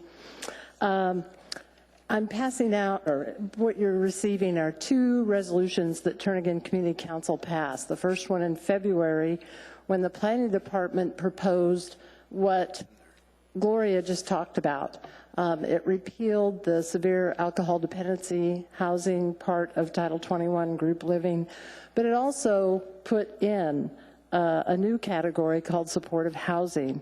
And under certain conditions, it would require a conditional use permit. TCC supported that, and we submitted specific recommendations for language for that supportive housing. Then we were told that the whole supportive housing amendments were being withdrawn, and just the repeal of the severe alcohol dependent housing part of Title 21 group living was moving forward, and we opposed that. And we have a particular interest in this because just like Fairview faced the Carlick Manor proposal, we're facing what hopefully you've all heard about in the last couple of years, a proposal to convert the Longhouse Alaskan Hotel into 50 units for severe mentally ill residents.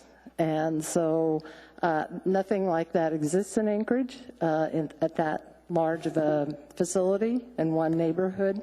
So I do want to, so as Gloria said, that creates a real void for us. When I was president, when all of this came forth, I talked to a lot of people, got a lot of phone calls, read a lot of emails. The majority of the people fell into the camp of, I'm not so sure about this.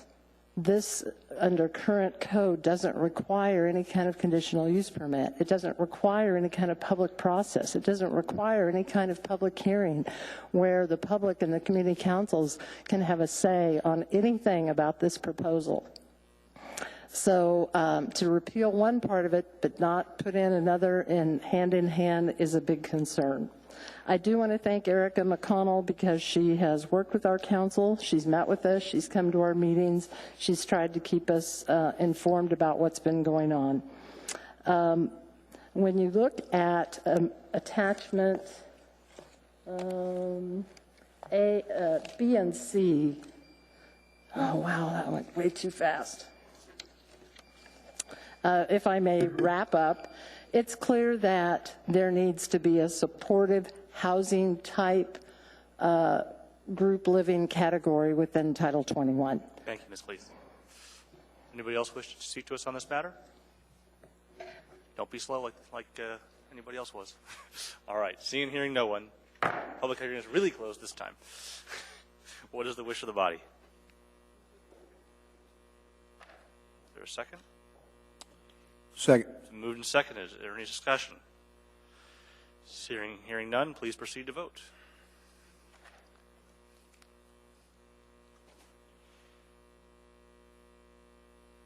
So that passes unanimously. And Ms. Manny and Ms. Gleason, we do understand your concerns, and we're working on it.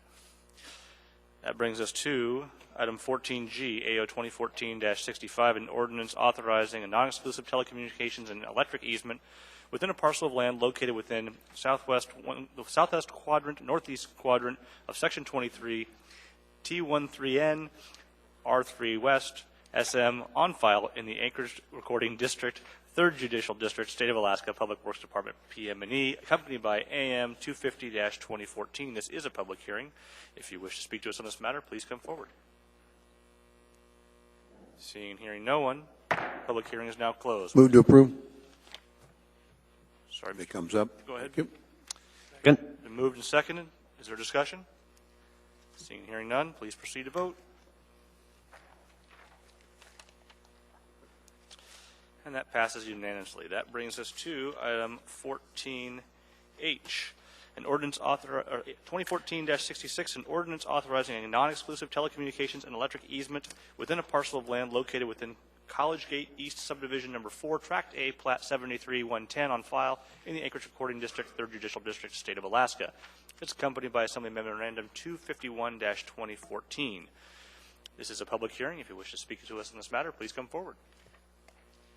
Seeing and hearing no one, public hearing is now closed. What is the wish of the body? Move to approve. Been moved. Second. Second. Thank you very much. Is there discussion? Seeing and hearing none, please proceed to vote. And that carries unanimously. That brings us to item 14I, AO 2014-67, an ordinance authorizing the Municipality of Anchorage to grant a revocable use permit to AT&T/New Singular Wireless PCS LLC, also known as AT&T, for locating an antenna and auxiliary equipment in Kincaid Park to provide improved wireless communications. That's accompanied by Assembly Memorandum 252-214. This is a public hearing. If anyone wishes to speak to us on this matter, please come forward. Seeing and hearing no one, public hearing is now closed. Move approval. Second. Moved and second. Is there discussion? Seeing and hearing none. Nope. Mr. Starr. Is there anybody from AT&T here? Oh, Mr. Weaver maybe, or Mr. Thompson. Have you seen the trend towards these cell towers to disguise them in other communities? I down to visit my folks in Phoenix. They look like palm trees. Other places, they look like trees, pine trees. Have you seen that trend? Through the chair, Mr. Starr, obviously we've seen that trend around. It's been in our discussions in our office, so the issues are being looked at and the options that are available in Alaska because palm trees. Well, I get the palm tree concept, but have you, a spruce tree would sure look nice, but. Yes, we are looking at it. Have they tendered proposals of what they're able to do in that? I mean, we're just seeing a prolific. There's going to be another one in Southport next meeting probably, and some of these others. But we're just in the research gathering stage right now. So as soon as we get somewhere and get some options, we'll definitely bring that information forward. I was on planning and zoning when the tower ordinance and discussions about co-location was the theme back in the day. How do we assert our requirement that they have to co-locate? Is there any good way to do it? I mean, AT&T owns the tower; it's their deal. Verizon. I believe it's all covered by federal guidelines. I don't think I can answer that question of why they do or why they don't, but I think it all has to do with connections and all of that for different type of towers. But maybe Mr. Weaver, you can answer it offline if you want to now. We've been here for a while, but I have the challenge in my community now that sometimes they're 100 yards apart. You've got a separate provider now. It's getting dotted everywhere. Is there a remedy? Mr. Chair, Mr. Starr, we've been looking at this. It's on our work program on the planning side. Basically, what we're probably going to be looking, the co-location is a requirement in current code. It is. So that's challenging to have the provider provide that technical information. Obviously, they have considerable more technical expertise about whether that co-location will work, but we make them go through that process each time. But we are looking at fiberglass structures. We've looked at with some vendors that they could be facades as part of structures. They could be bell towers. They could be steepled. They could be lots of different things that are integrated into structures that would hide these and still function properly. So we're working on it. Well, and then the flashing light consistency. Maybe we just have to come back, or maybe you can continue to push on the work plan. Some of them are using the high strobe white lights, aircraft like the red lights. The ones flashing over there in my district now with the white flashing lights are sending me the signal that that's a military landing zone. That's the white uses the landing flash for white on military. So I would hope to revisit it. It's getting to be a little bit more of a challenging topic every time we come here. Thank you. Seeing no one else in queue, please proceed to vote. Carries unanimously. That brings us to item 14J, AO 2014-68, an ordinance authorizing a ground space lease located within a portion of Tract B of Section 12, Township 13, North, Range 3, West, Sewer Meridian, the E.L. Bob Bartlett School Site, to New Singular Wireless, PCS, LLC, for telecommunications infrastructure. That's accompanied by Assembly Memorandum 253-214. This is a public hearing. If you wish to speak to us on this matter, please come forward. Seeing and hearing no one, public hearing is now closed. Move to approve. Second. Discussion? Seeing and hearing none, please proceed to vote.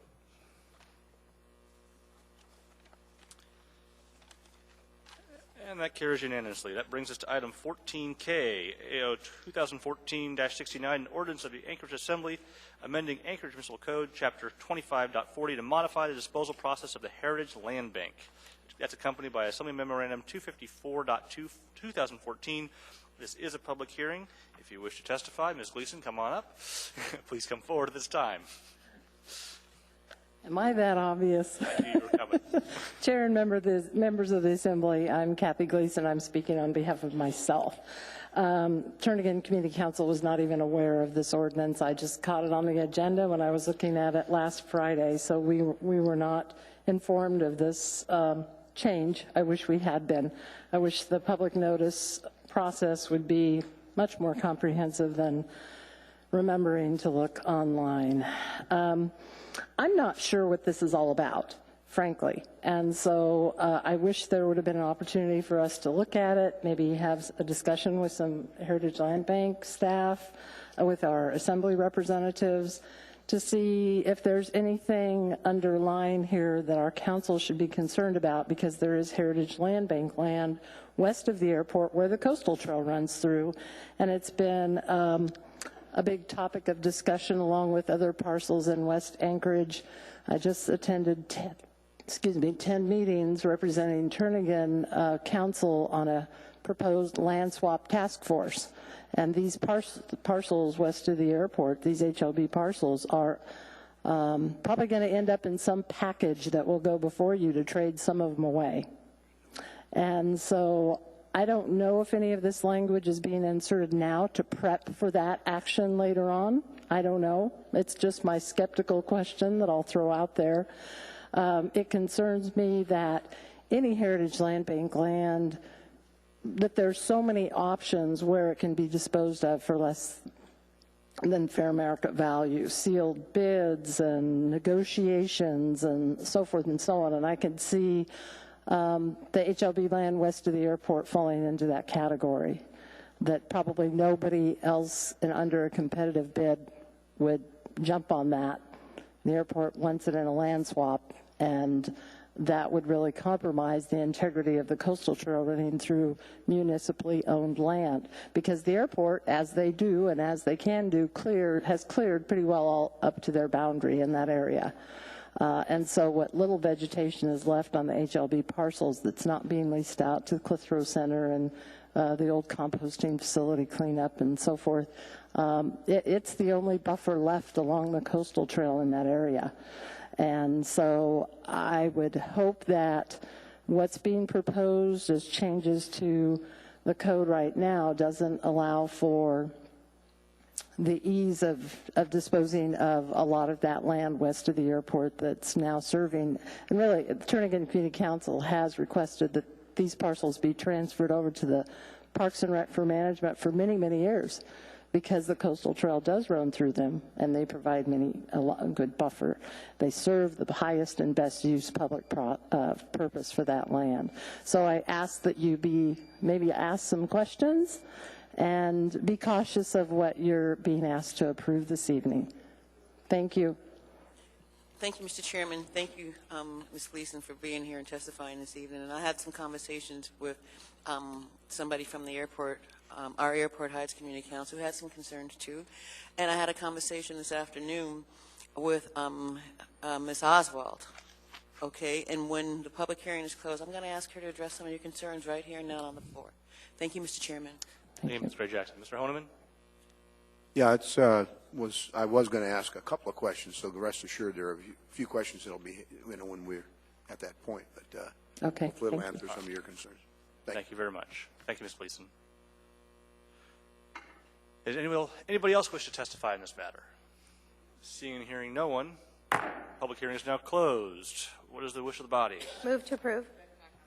Thank you very much. Mr. Honeman.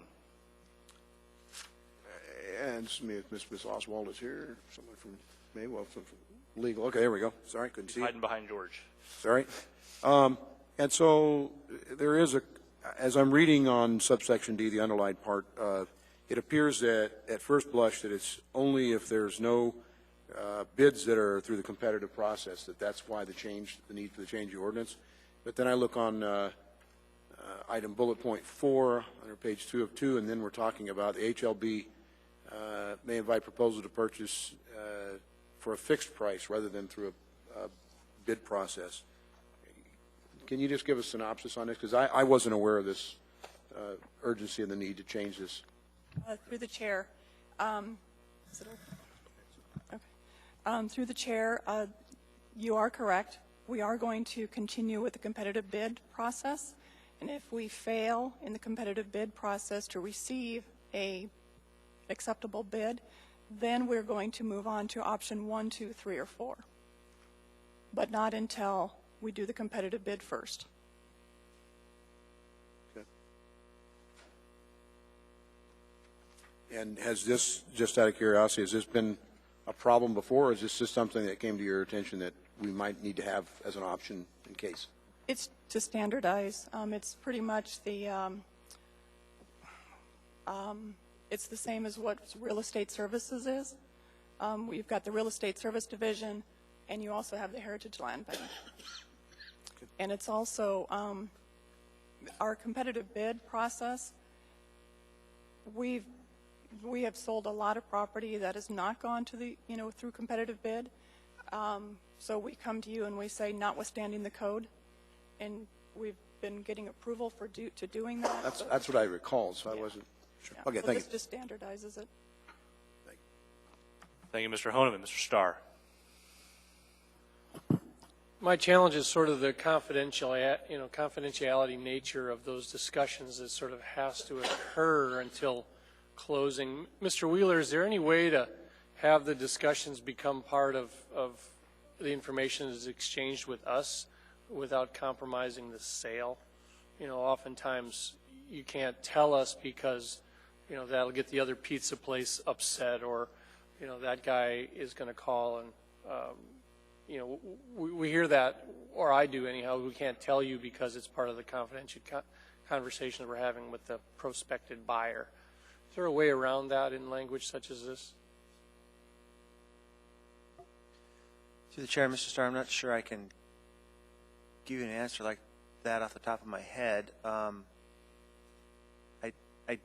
would imagine scenarios where maybe under some of these criteria, the final product, if you will, the final negotiated piece may come back to you, but I don't know that that's the intent here, right? Because you're getting your approval to dispose of the property up front. So the Assembly's already made a calculation that this is excess to municipal needs and excess to HLB needs, so you're looking to dispose of it, and you set the criteria for that disposal. So are you asking to? Well, no, the problem I have is if you say, okay, it can go away, I don't mind it going to a trail, or I don't mind it, in case of getting rid of an easement. You can say, hey, a trail's okay, something like that, but a billboard may not be, or a power line may, or some other cell tower. So, the problem I have is if you're going to qualify that, I'd almost like to know the use of it prior to the disposal, or qualifiers. Do you just do that specific per each parcel when it comes to us? I'm a little worried about it, plus the open perspective. It's like, hey, we exhausted the open thing. The guy bid on it heavy, but he didn't like the one clause on you got to get a conditional use. So then he says, no, I'm not going to buy it. So then you get the default to 1, 2, 3, or 4. So I'm wondering if there wouldn't be a manipulation, too, of saying, well, we'll competitively bid up to a point, but I never intend to buy it, and we're going to come back to the municipality on our terms. It seems that sort of takes, I'm saying a lot here. I like the open and transparent policy after the closed bid is exhausted, but it doesn't say that in here. Through the chair, Mr. Starr, typically the property, of course, is going to have whatever zoning restrictions and other Title 21 and 23 restrictions that it comes with. And I suppose when the assembly authorizes the disposal up front, in the first instance, before even the competitive bid process starts, it could identify what uses it will reserve for itself, in other words, prohibit or allow, and what sort of easements it may want or not want, and so forth in that disposal process. And that would affect the kinds of bids that you get. If you don't get any bids, then you would drop down to these other criteria, but your original restrictions would still apply, however you choose to set those. Yeah, I mean, it's easy, like the earlier one we did tonight on Cheney Lake and Cheney Park, I could get that. I knew why we were getting rid of the easements. We were just vacating them, no value, preserve the area, or bury your power lines. But some of the other ones aren't so when you get a lot in a block description. So I'm just not certain that this has got enough protections in it for the use of the property. And when they blame it on us for giving that land away at reduced rates and then it become X, I'm worried a little bit. So thank you. Thank you, Mr. Starr. Ms. Gray-Jackson. Thank you, Mr. Chairman. Ms. Oswald, do you remember some of the concerns that Ms. Gleason had that you could address, short of us having a work session? Thank you, Mr. Chairman. I believe the specific concern was this somehow smooth the way to disposal of the properties west of the airport.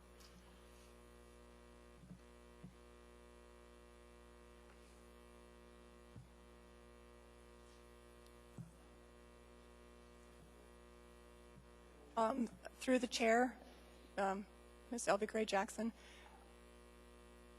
this doesn't have anything to do with the land swap. I mean, this is just giving us more tools in our toolbox. When competitive bid does not work, we've gone, there's a few properties that we've gone over and over again trying to competitive bid. Now the market, was down for a while. That's one thing. But when, somebody comes in a week later and after the bid has closed and offers the same amount that we were asking in the competitive bid, it would be nice if we had that tool in our toolbox to be able to just go to the next step and sell it to them for the same exact terms that we were asking for in the competitive bid. Mr. Chairman, may I follow up? Please. Thank you, Mr. Chairman. Thank you, Ms. Oswald. I appreciate that, and I understand what this ordinance is all about. At least I believe I do understand. But I really wanted you to address Ms. Gleason's concern, and what I just heard you just say is that it has nothing to do with the land swap. That is correct. Thank you, Mr. Chairman. Thank you, Ms. Gray-Jackson. I see no one else in queue. Ms. Demboski is trying to sneak in at the last minute, huh? I did. I thought I talked. Oh, there you go again. I just want to speak in support of this. This is an opportunity to synchronize, standardize how HLB and real estate services dispose of property.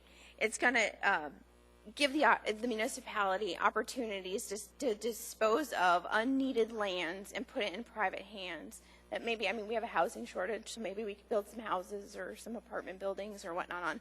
So I'm in full support. This to me is logical, and it just makes sense. So I appreciate the effort and the time that's been put into it, and I will be supporting it. Thank you. Thank you, Ms. Demboski. Now, seeing no one else in queue, please proceed to vote.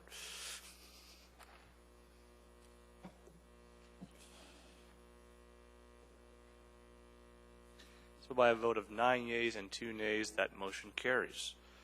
That brings us to item 14L, AR 2014-120, a resolution of the Municipality of Anchorage appropriating $2,550,000 to the Anchorage Bowl Parks and Recreation Service Area Capital Improvement Project Fund, Parks and Recreation Department, from general obligation bonds proceeds to pay the cost of capital improvement projects. That's accompanied by Assembly Memorandum 255-2014. This is a public hearing. If you wish to testify in this matter, please come forward at this time. Seeing and hearing no one, public hearing is now closed. Move to approve. Moved and seconded. Is there discussion? Seeing and hearing none, please proceed to vote.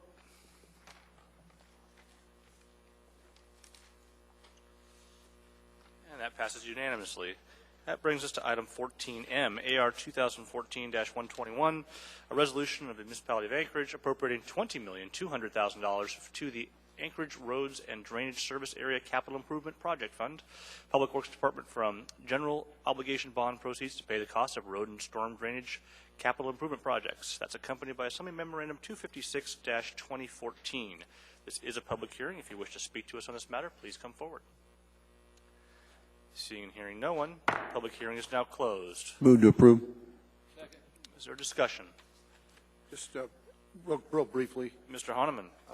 And it may be Mr. Thompson or Mr. Weaver, either way. I saw it on here. I'm just trying to find the specifics of the Boland Street storm drain and flooding problem, and trying to find it in a bullet point.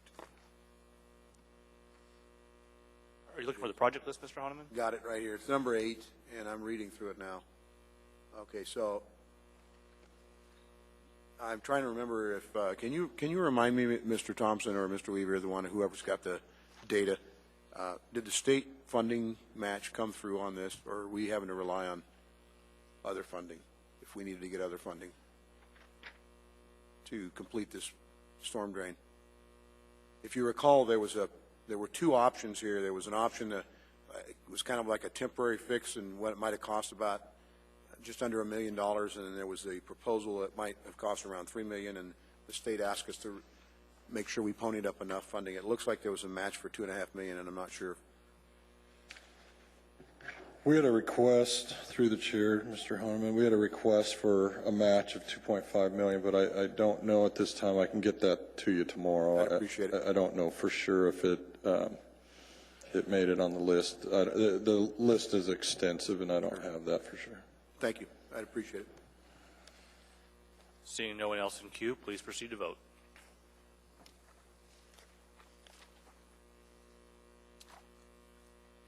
Ms. Dimboski, you got to hustle now. Yes, I already told the clerk I was a yes vote. She's a yes vote. All right, we'll click her in.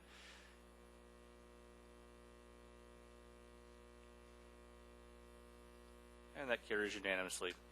That brings us to item 14N, AR 2014-122, a resolution of the Municipality of Anchorage appropriating $1,950,000 to the Anchorage Fire Service Area Capital Improvement Program Fund, 431, Anchorage Fire Department, from general obligation bond proceeds to pay the cost of fire protection capital improvements. That's accompanied by Assembly Memorandum 257-2014, and Ms. Dimboski does have to participate. This is a public hearing. If you wish to speak to us on this matter, please come forward. Seeing and hearing no one. Move to approve. Moved to second. Is there discussion? Seeing and hearing none, please proceed to vote.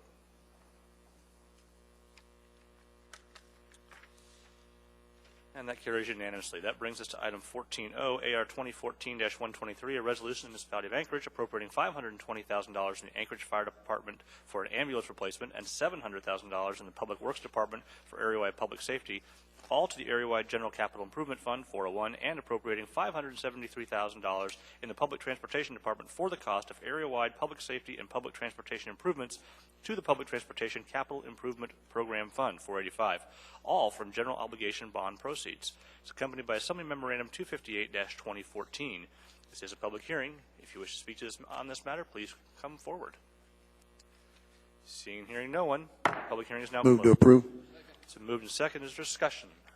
Seeing and hearing none, please proceed to vote. And that carries unanimously. That brings us to item 14P, AR 2014-124, a resolution of the Municipality of Anchorage appropriating $650,000 to the Anchorage Metropolitan Police Service Area Capital Improvement Program Fund, 451, in the Public Works Department from general obligation bonds proceeds to pay the cost of APD headquarters HVAC system controls and code upgrades. That's accompanied by Assembly Memorandum 259-2014. This is a public hearing. If you wish to speak to us on this matter, please come forward. Seeing and hearing no one, public hearing is closed. Move to approve. It's been moved and seconded. Is there discussion?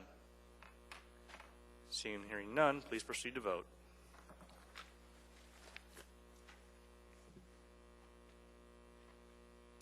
And that motion carries unanimously. That brings us to item 14Q, AR 2014-125, a resolution of the Municipality of Anchorage approving a master tax-exempt lease purchase agreement loan and appropriating an amount not to exceed $520,000 from the proceeds of the master tax-exempt lease purchase agreement loan to the Information Technology Fund 607 and the appropriation of said funds to the Information Technology Capital Improvement Program Fund 608, Information Technology Department for server and storage replacement. That's accompanied by Assembly Memorandum 260-2014. This is a public hearing. If you wish to speak to us on this matter, please come forward. Not many of you have left, I guess.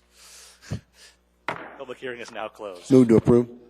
Been moved and seconded. Is there discussion? Seeing and hearing none, please proceed.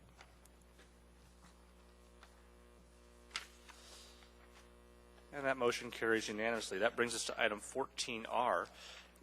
That's AR 2014-126, a resolution of the Municipality of Anchorage appropriating $871,840 from the State of Alaska Department of Transportation and Public Facilities to the State Direct Federal Pass-Through Grants Fund 231. Waive reading. Thank you, Mr. Hall. This is a Torah thing for AMETs. This is a public hearing. If you wish to speak to us on this matter, please come forward. Seeing and hearing no one, the public hearing is now closed. It's been moved and seconded. Is there discussion? And yes, Ms. Johnson, I already asked the question. Seeing and hearing no one, please proceed to vote. Congratulations, Mr. Lyon. You may go home. That passes unanimously. That brings us to item 14S. It's resolution AR 2014-127, a resolution of the Municipality of Anchorage appropriating $153,000 from the U.S. EPA and $102,000 as a contribution from the 2014 Department of Health and Human Waive Services. reading. This is for the Air Quality Program. We'll get you out of here eventually, sir. This is a public hearing. If you wish to speak to us on this matter, please come forward. Seeing and hearing no one. Move to approve. It's been moved and seconded. Is there discussion? Seeing and hearing none, please proceed to vote.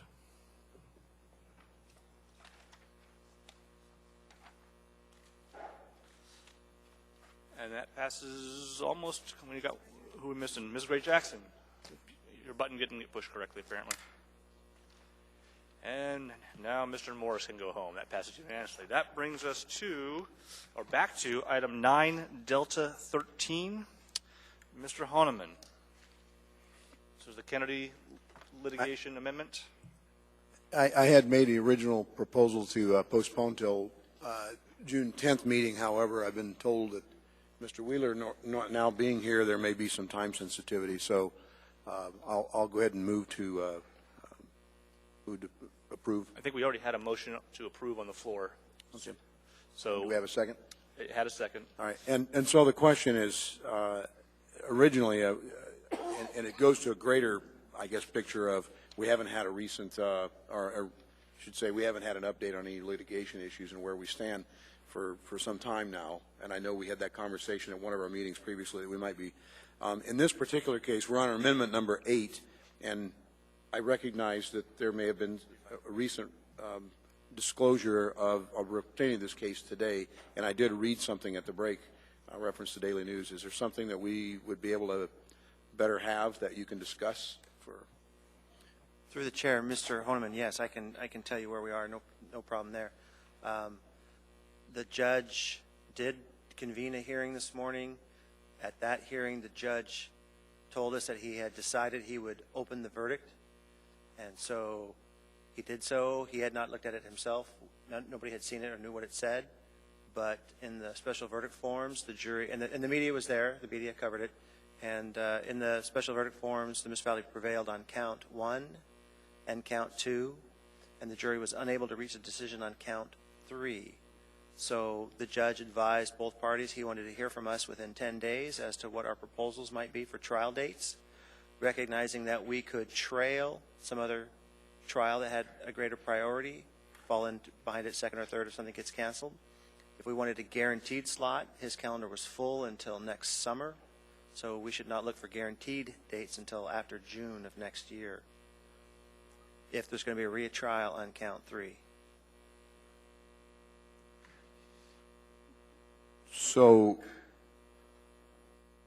and there may need to be an executive session if we go too much deeper, I would suggest, but potentially anyway, but where does this amendment in the contract fall? I mean, do we need continuation to?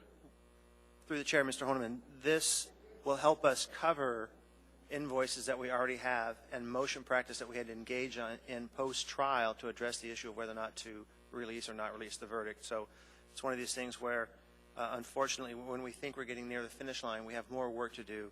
As I've described before, this has been a particularly contentious case. There were, in addition to the delays in terms of the trial, there was a huge amount of motion practice. 3 times the plaintiffs tried to take this up to the Supreme Court.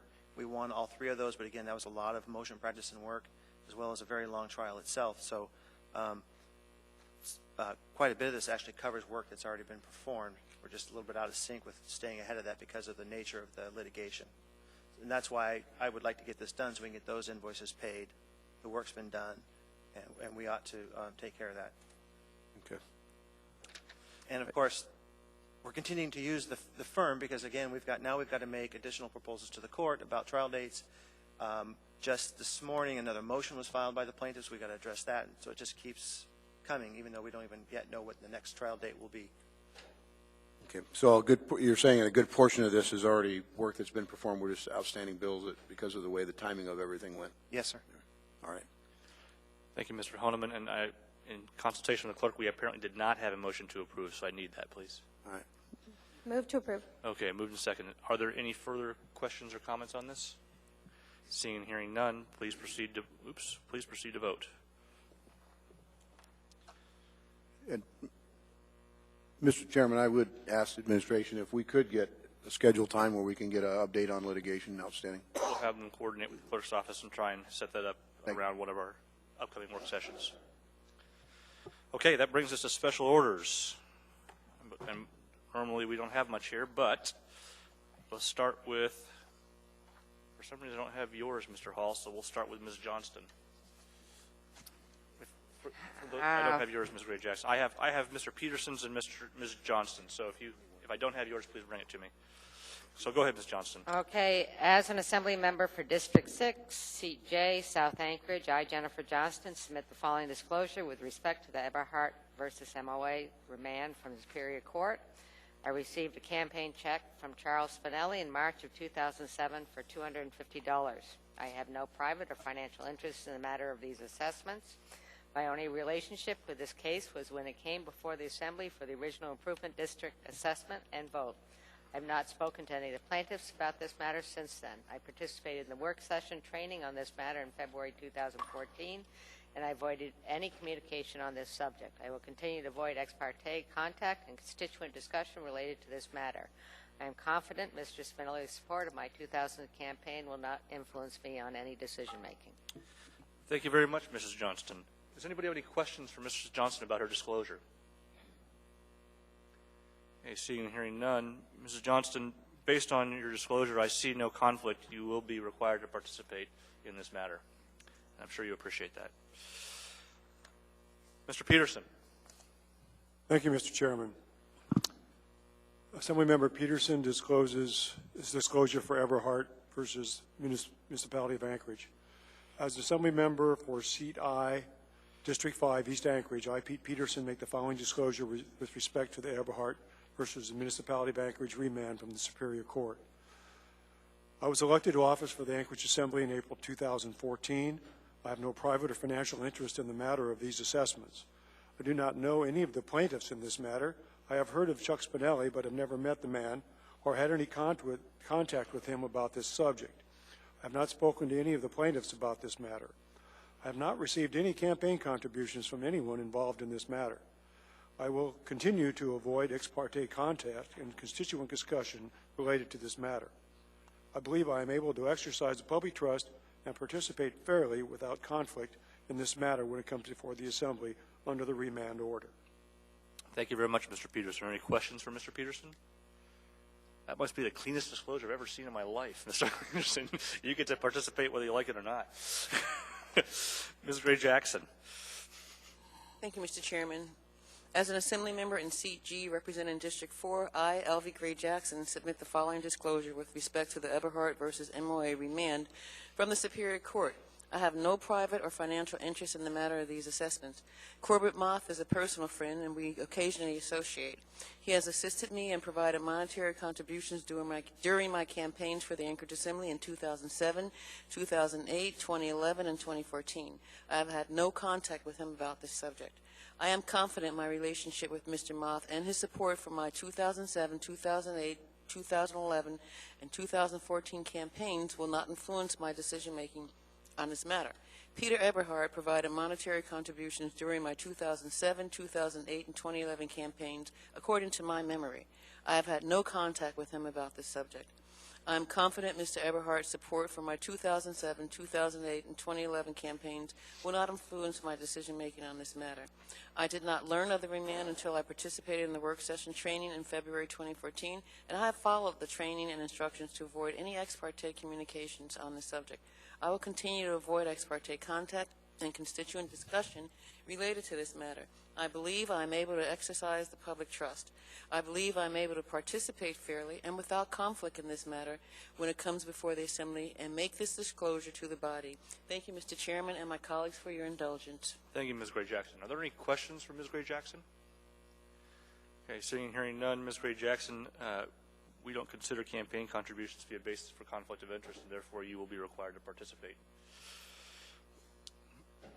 Mr. Steele. Yes, Mr. Chairman. I'm Assembly member from District 3, CD, West Anchorage. I am Tim Steele, and I submit the following disclosure with respect to the Eberhard versus MOA remand from the Superior Court. I know Peter Eberhard. I did business with his company about 7 years ago and have had no contact with him about this issue. I live about a block from Matthew Fink and say hi to him every few months. I have had no discussion about this issue with him. Chuck Spinell contributed $500 to my 2014 campaign, and I sent him a thank you note. To my knowledge, I have never met Mr. Spinell nor spoken to him about anything. I have had no contact with him about this subject. I participated in the work session training on this matter in February 14, and I avoid any communication on this subject. At a publicly attended event about a month ago, an individual unknown to me approached me and asked me what was going on with the lawsuit. I said, quote, "I can't talk about that," unquote. He rephased, and I repeated again, "I can't talk about that," and then I walked away. To my knowledge, I have had no other contact related to this matter. I've had no private or financial interest in this matter, and I will continue to avoid ex parte contact and constituent discussions related to this matter. I am confident Mr. Spinell's support for my campaign will not influence me in any decision. Thank you very much for that disclosure, Mr. Steele. Are there any questions for Mr. Steele? Mr. Steele, based on your disclosure, I find that you do not have a conflict of interest and you will be compelled to participate. Mr. Honeman. Thank you, Mr. Chairman. As the indulgence of the body, for the record, I'm Assembly Member Paul Honeman, District 5, Seat H, East Anchorage. And I'll make the following disclosure with respect to Eberhard versus MOA remand from the Superior Court. First, I have no private or financial interest in the matter of these assessments. I have done prior campaign advertising business, Mr. Eberhard's business, but no communications with Mr. Eberhard reference this matter. I have not received any campaign contributions from anyone involved in this matter. I participated in the work session training on this matter in February of this year, and I have avoided any communication on this subject. I will continue to avoid ex parte contact and constituent discussion related to this matter. I believe I am able to exercise the public trust and participate fairly and without conflict in this matter when it comes before the Assembly under the remand order.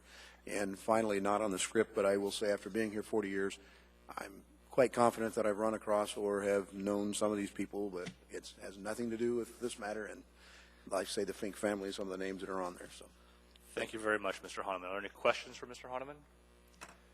Seeing, hearing none, Mr. Honeman, I find that you do not have a conflict of interest and you will be required to participate. Mr. Hall. Thank you, Mr. Chairman. As Assembly Member for District 3, Seat D, I, Ernie Hall, submit the following disclosure with respect to the Eberhard versus MOA remand from the Superior Court. I have no private or financial interest in the matter of these assessments. I know Matthew think, and he spoke to me about the situation when it came before the Assembly for the original Improvement District assessment and vote. During that period of time, because the project is in my district, I had meetings with numerous people involved in the assessment of this project. Those included AWWU reps, public works staff, property owners, the municipal legal department, including Mr. Wheeler. I have not spoken to any of the plaintiffs about this matter since then.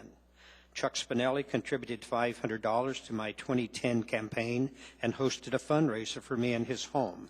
I have had no contact with him about this subject.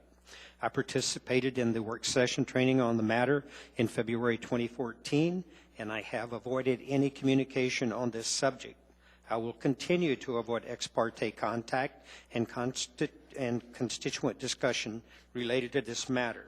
I am confident Mr. Spinelli's support for my 2010 campaign will not influence me in my decision-making. I believe I am able to exercise the public trust and participate fairly and without conflict in this matter when it comes before the Assembly under the remand order. Thank you very much, Mr. Hall. Are there any questions for Mr. Hall? Seeing and hearing none, Mr. Hall, I find that you do not have a conflict of interest and you will participate in this matter. That's all the disclosures I have. Mr. Starr? Well, maybe the dog ate my homework because I didn't realize we were supposed to go written. I did get some instructions from Ms. Domboski, which I read email-wise, and one of the guidances was to call and talk to our hired lawyer for this, which I did today at length, quite frankly. I can certainly put my disclosures in writing, but I was hesitant to do that because, like Mr. Hall, I was active in the case pretty significantly. And back in the day of that, it was really acting as a body representative and not in sort of a judicial manner such as we are tasked with now. So what I had was site visits, what I had was walk in the neighborhood, what I saw was the project list, what I saw was that, and in backing all that up was a pretty healthy email exchange. I didn't attend the work session February 15th. I actually had one later in March. There were several of us that came in later in March. So recent conversations with Mr. Spinelli, I have had none, but I don't forget all of what happened. I haven't gone back and looked at my email list other than doing a sort by how many would I have on my email exchange from Mr. Spinelli. We're in similar industries, so I see him and talk to him about projects. But to answer your question, I have probably 100 emails from him. I didn't necessarily check the dates of that. I had a lot of soul searching today and advice with the lawyers. I actually believe I would come out of the discussions with a bias. And I guess it's the first time I've ever had to use that excuse, but I can't divorce myself from the information that's in my head, how I previously acted, and trying to resolve a solution back in the day when there was a problem here. Did it go to court? Yes. Did they say come back and do it? I can answer the financial questions. That's why I made the deal with the last meeting, was separating the financial disclosures we typically have conflicts under with the ability to act in an unbiased manner. So my nature, my conflict is that I believe on the record, and Joe Levesque said to say this as bluntly as he can, I believe that I would be biased to act in the favor of one party versus another because of my prejudice on the facts, the matters, and my interests early on. Thank you, Mr. Starr. With your permission, I would like for the two of us to talk with Mr. Levesque before making a ruling. Sure enough. Okay. What's your time frame on that in terms of the process going forward? We'll try and get that done so that we can make an announcement at our next meeting 3 weeks hence, and we'll just make sure the subcommittee is aware that that's out there. Well, and I guess I don't, in fact, he suggested the same thing. The nature of the conversations and the communications within my computer database as well become a problematic issue. Should somebody bring one of those to the microphone and say, hey, here's some evidence. I talked to Bill about this some time back, and I'm worried that I haven't written it down. So partly why I didn't bring it all, because I don't want to go through and prejudice myself on recency of data, but by the same token, I don't want to not disclose something in those kind of conversations. We'll talk that through and see if we can figure out. Works for me. Yeah. Thank you for that ruling. Okay. Ms. Domboski, you want to add to that? Yeah, thank you, Mr. Chair. As the subcommittee chair, I do want to let the body know that today, after Mr. Starr spoke with the special counsel, I did have a conversation with special counsel.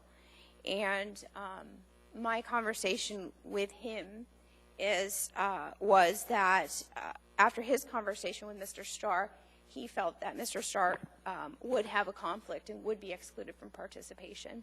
So just to put that out there, that I had that separate sidebar conversation. So whatever you do with it, there you have it. Appreciate that. We'll get that figured out here in the next week or so and put it on the record at our next meeting. And just open speak, in 7 years, I've never copped out on a topic, so this isn't really my interest to get out of anything. I'll work as hard as the next guy, but I've communicated clearly my concern. Hey, you guys let me out of that ACS thing. I really appreciated that. You just got a wife. And the little thing. All right. That's all we have under special orders. We're done with the agenda. Audience participation. Is there anybody out there who wants to talk to us about anything we haven't talked about already? Any one of the three of you? All right. Seeing and hearing no one, I'll take a motion. Motion adjourned.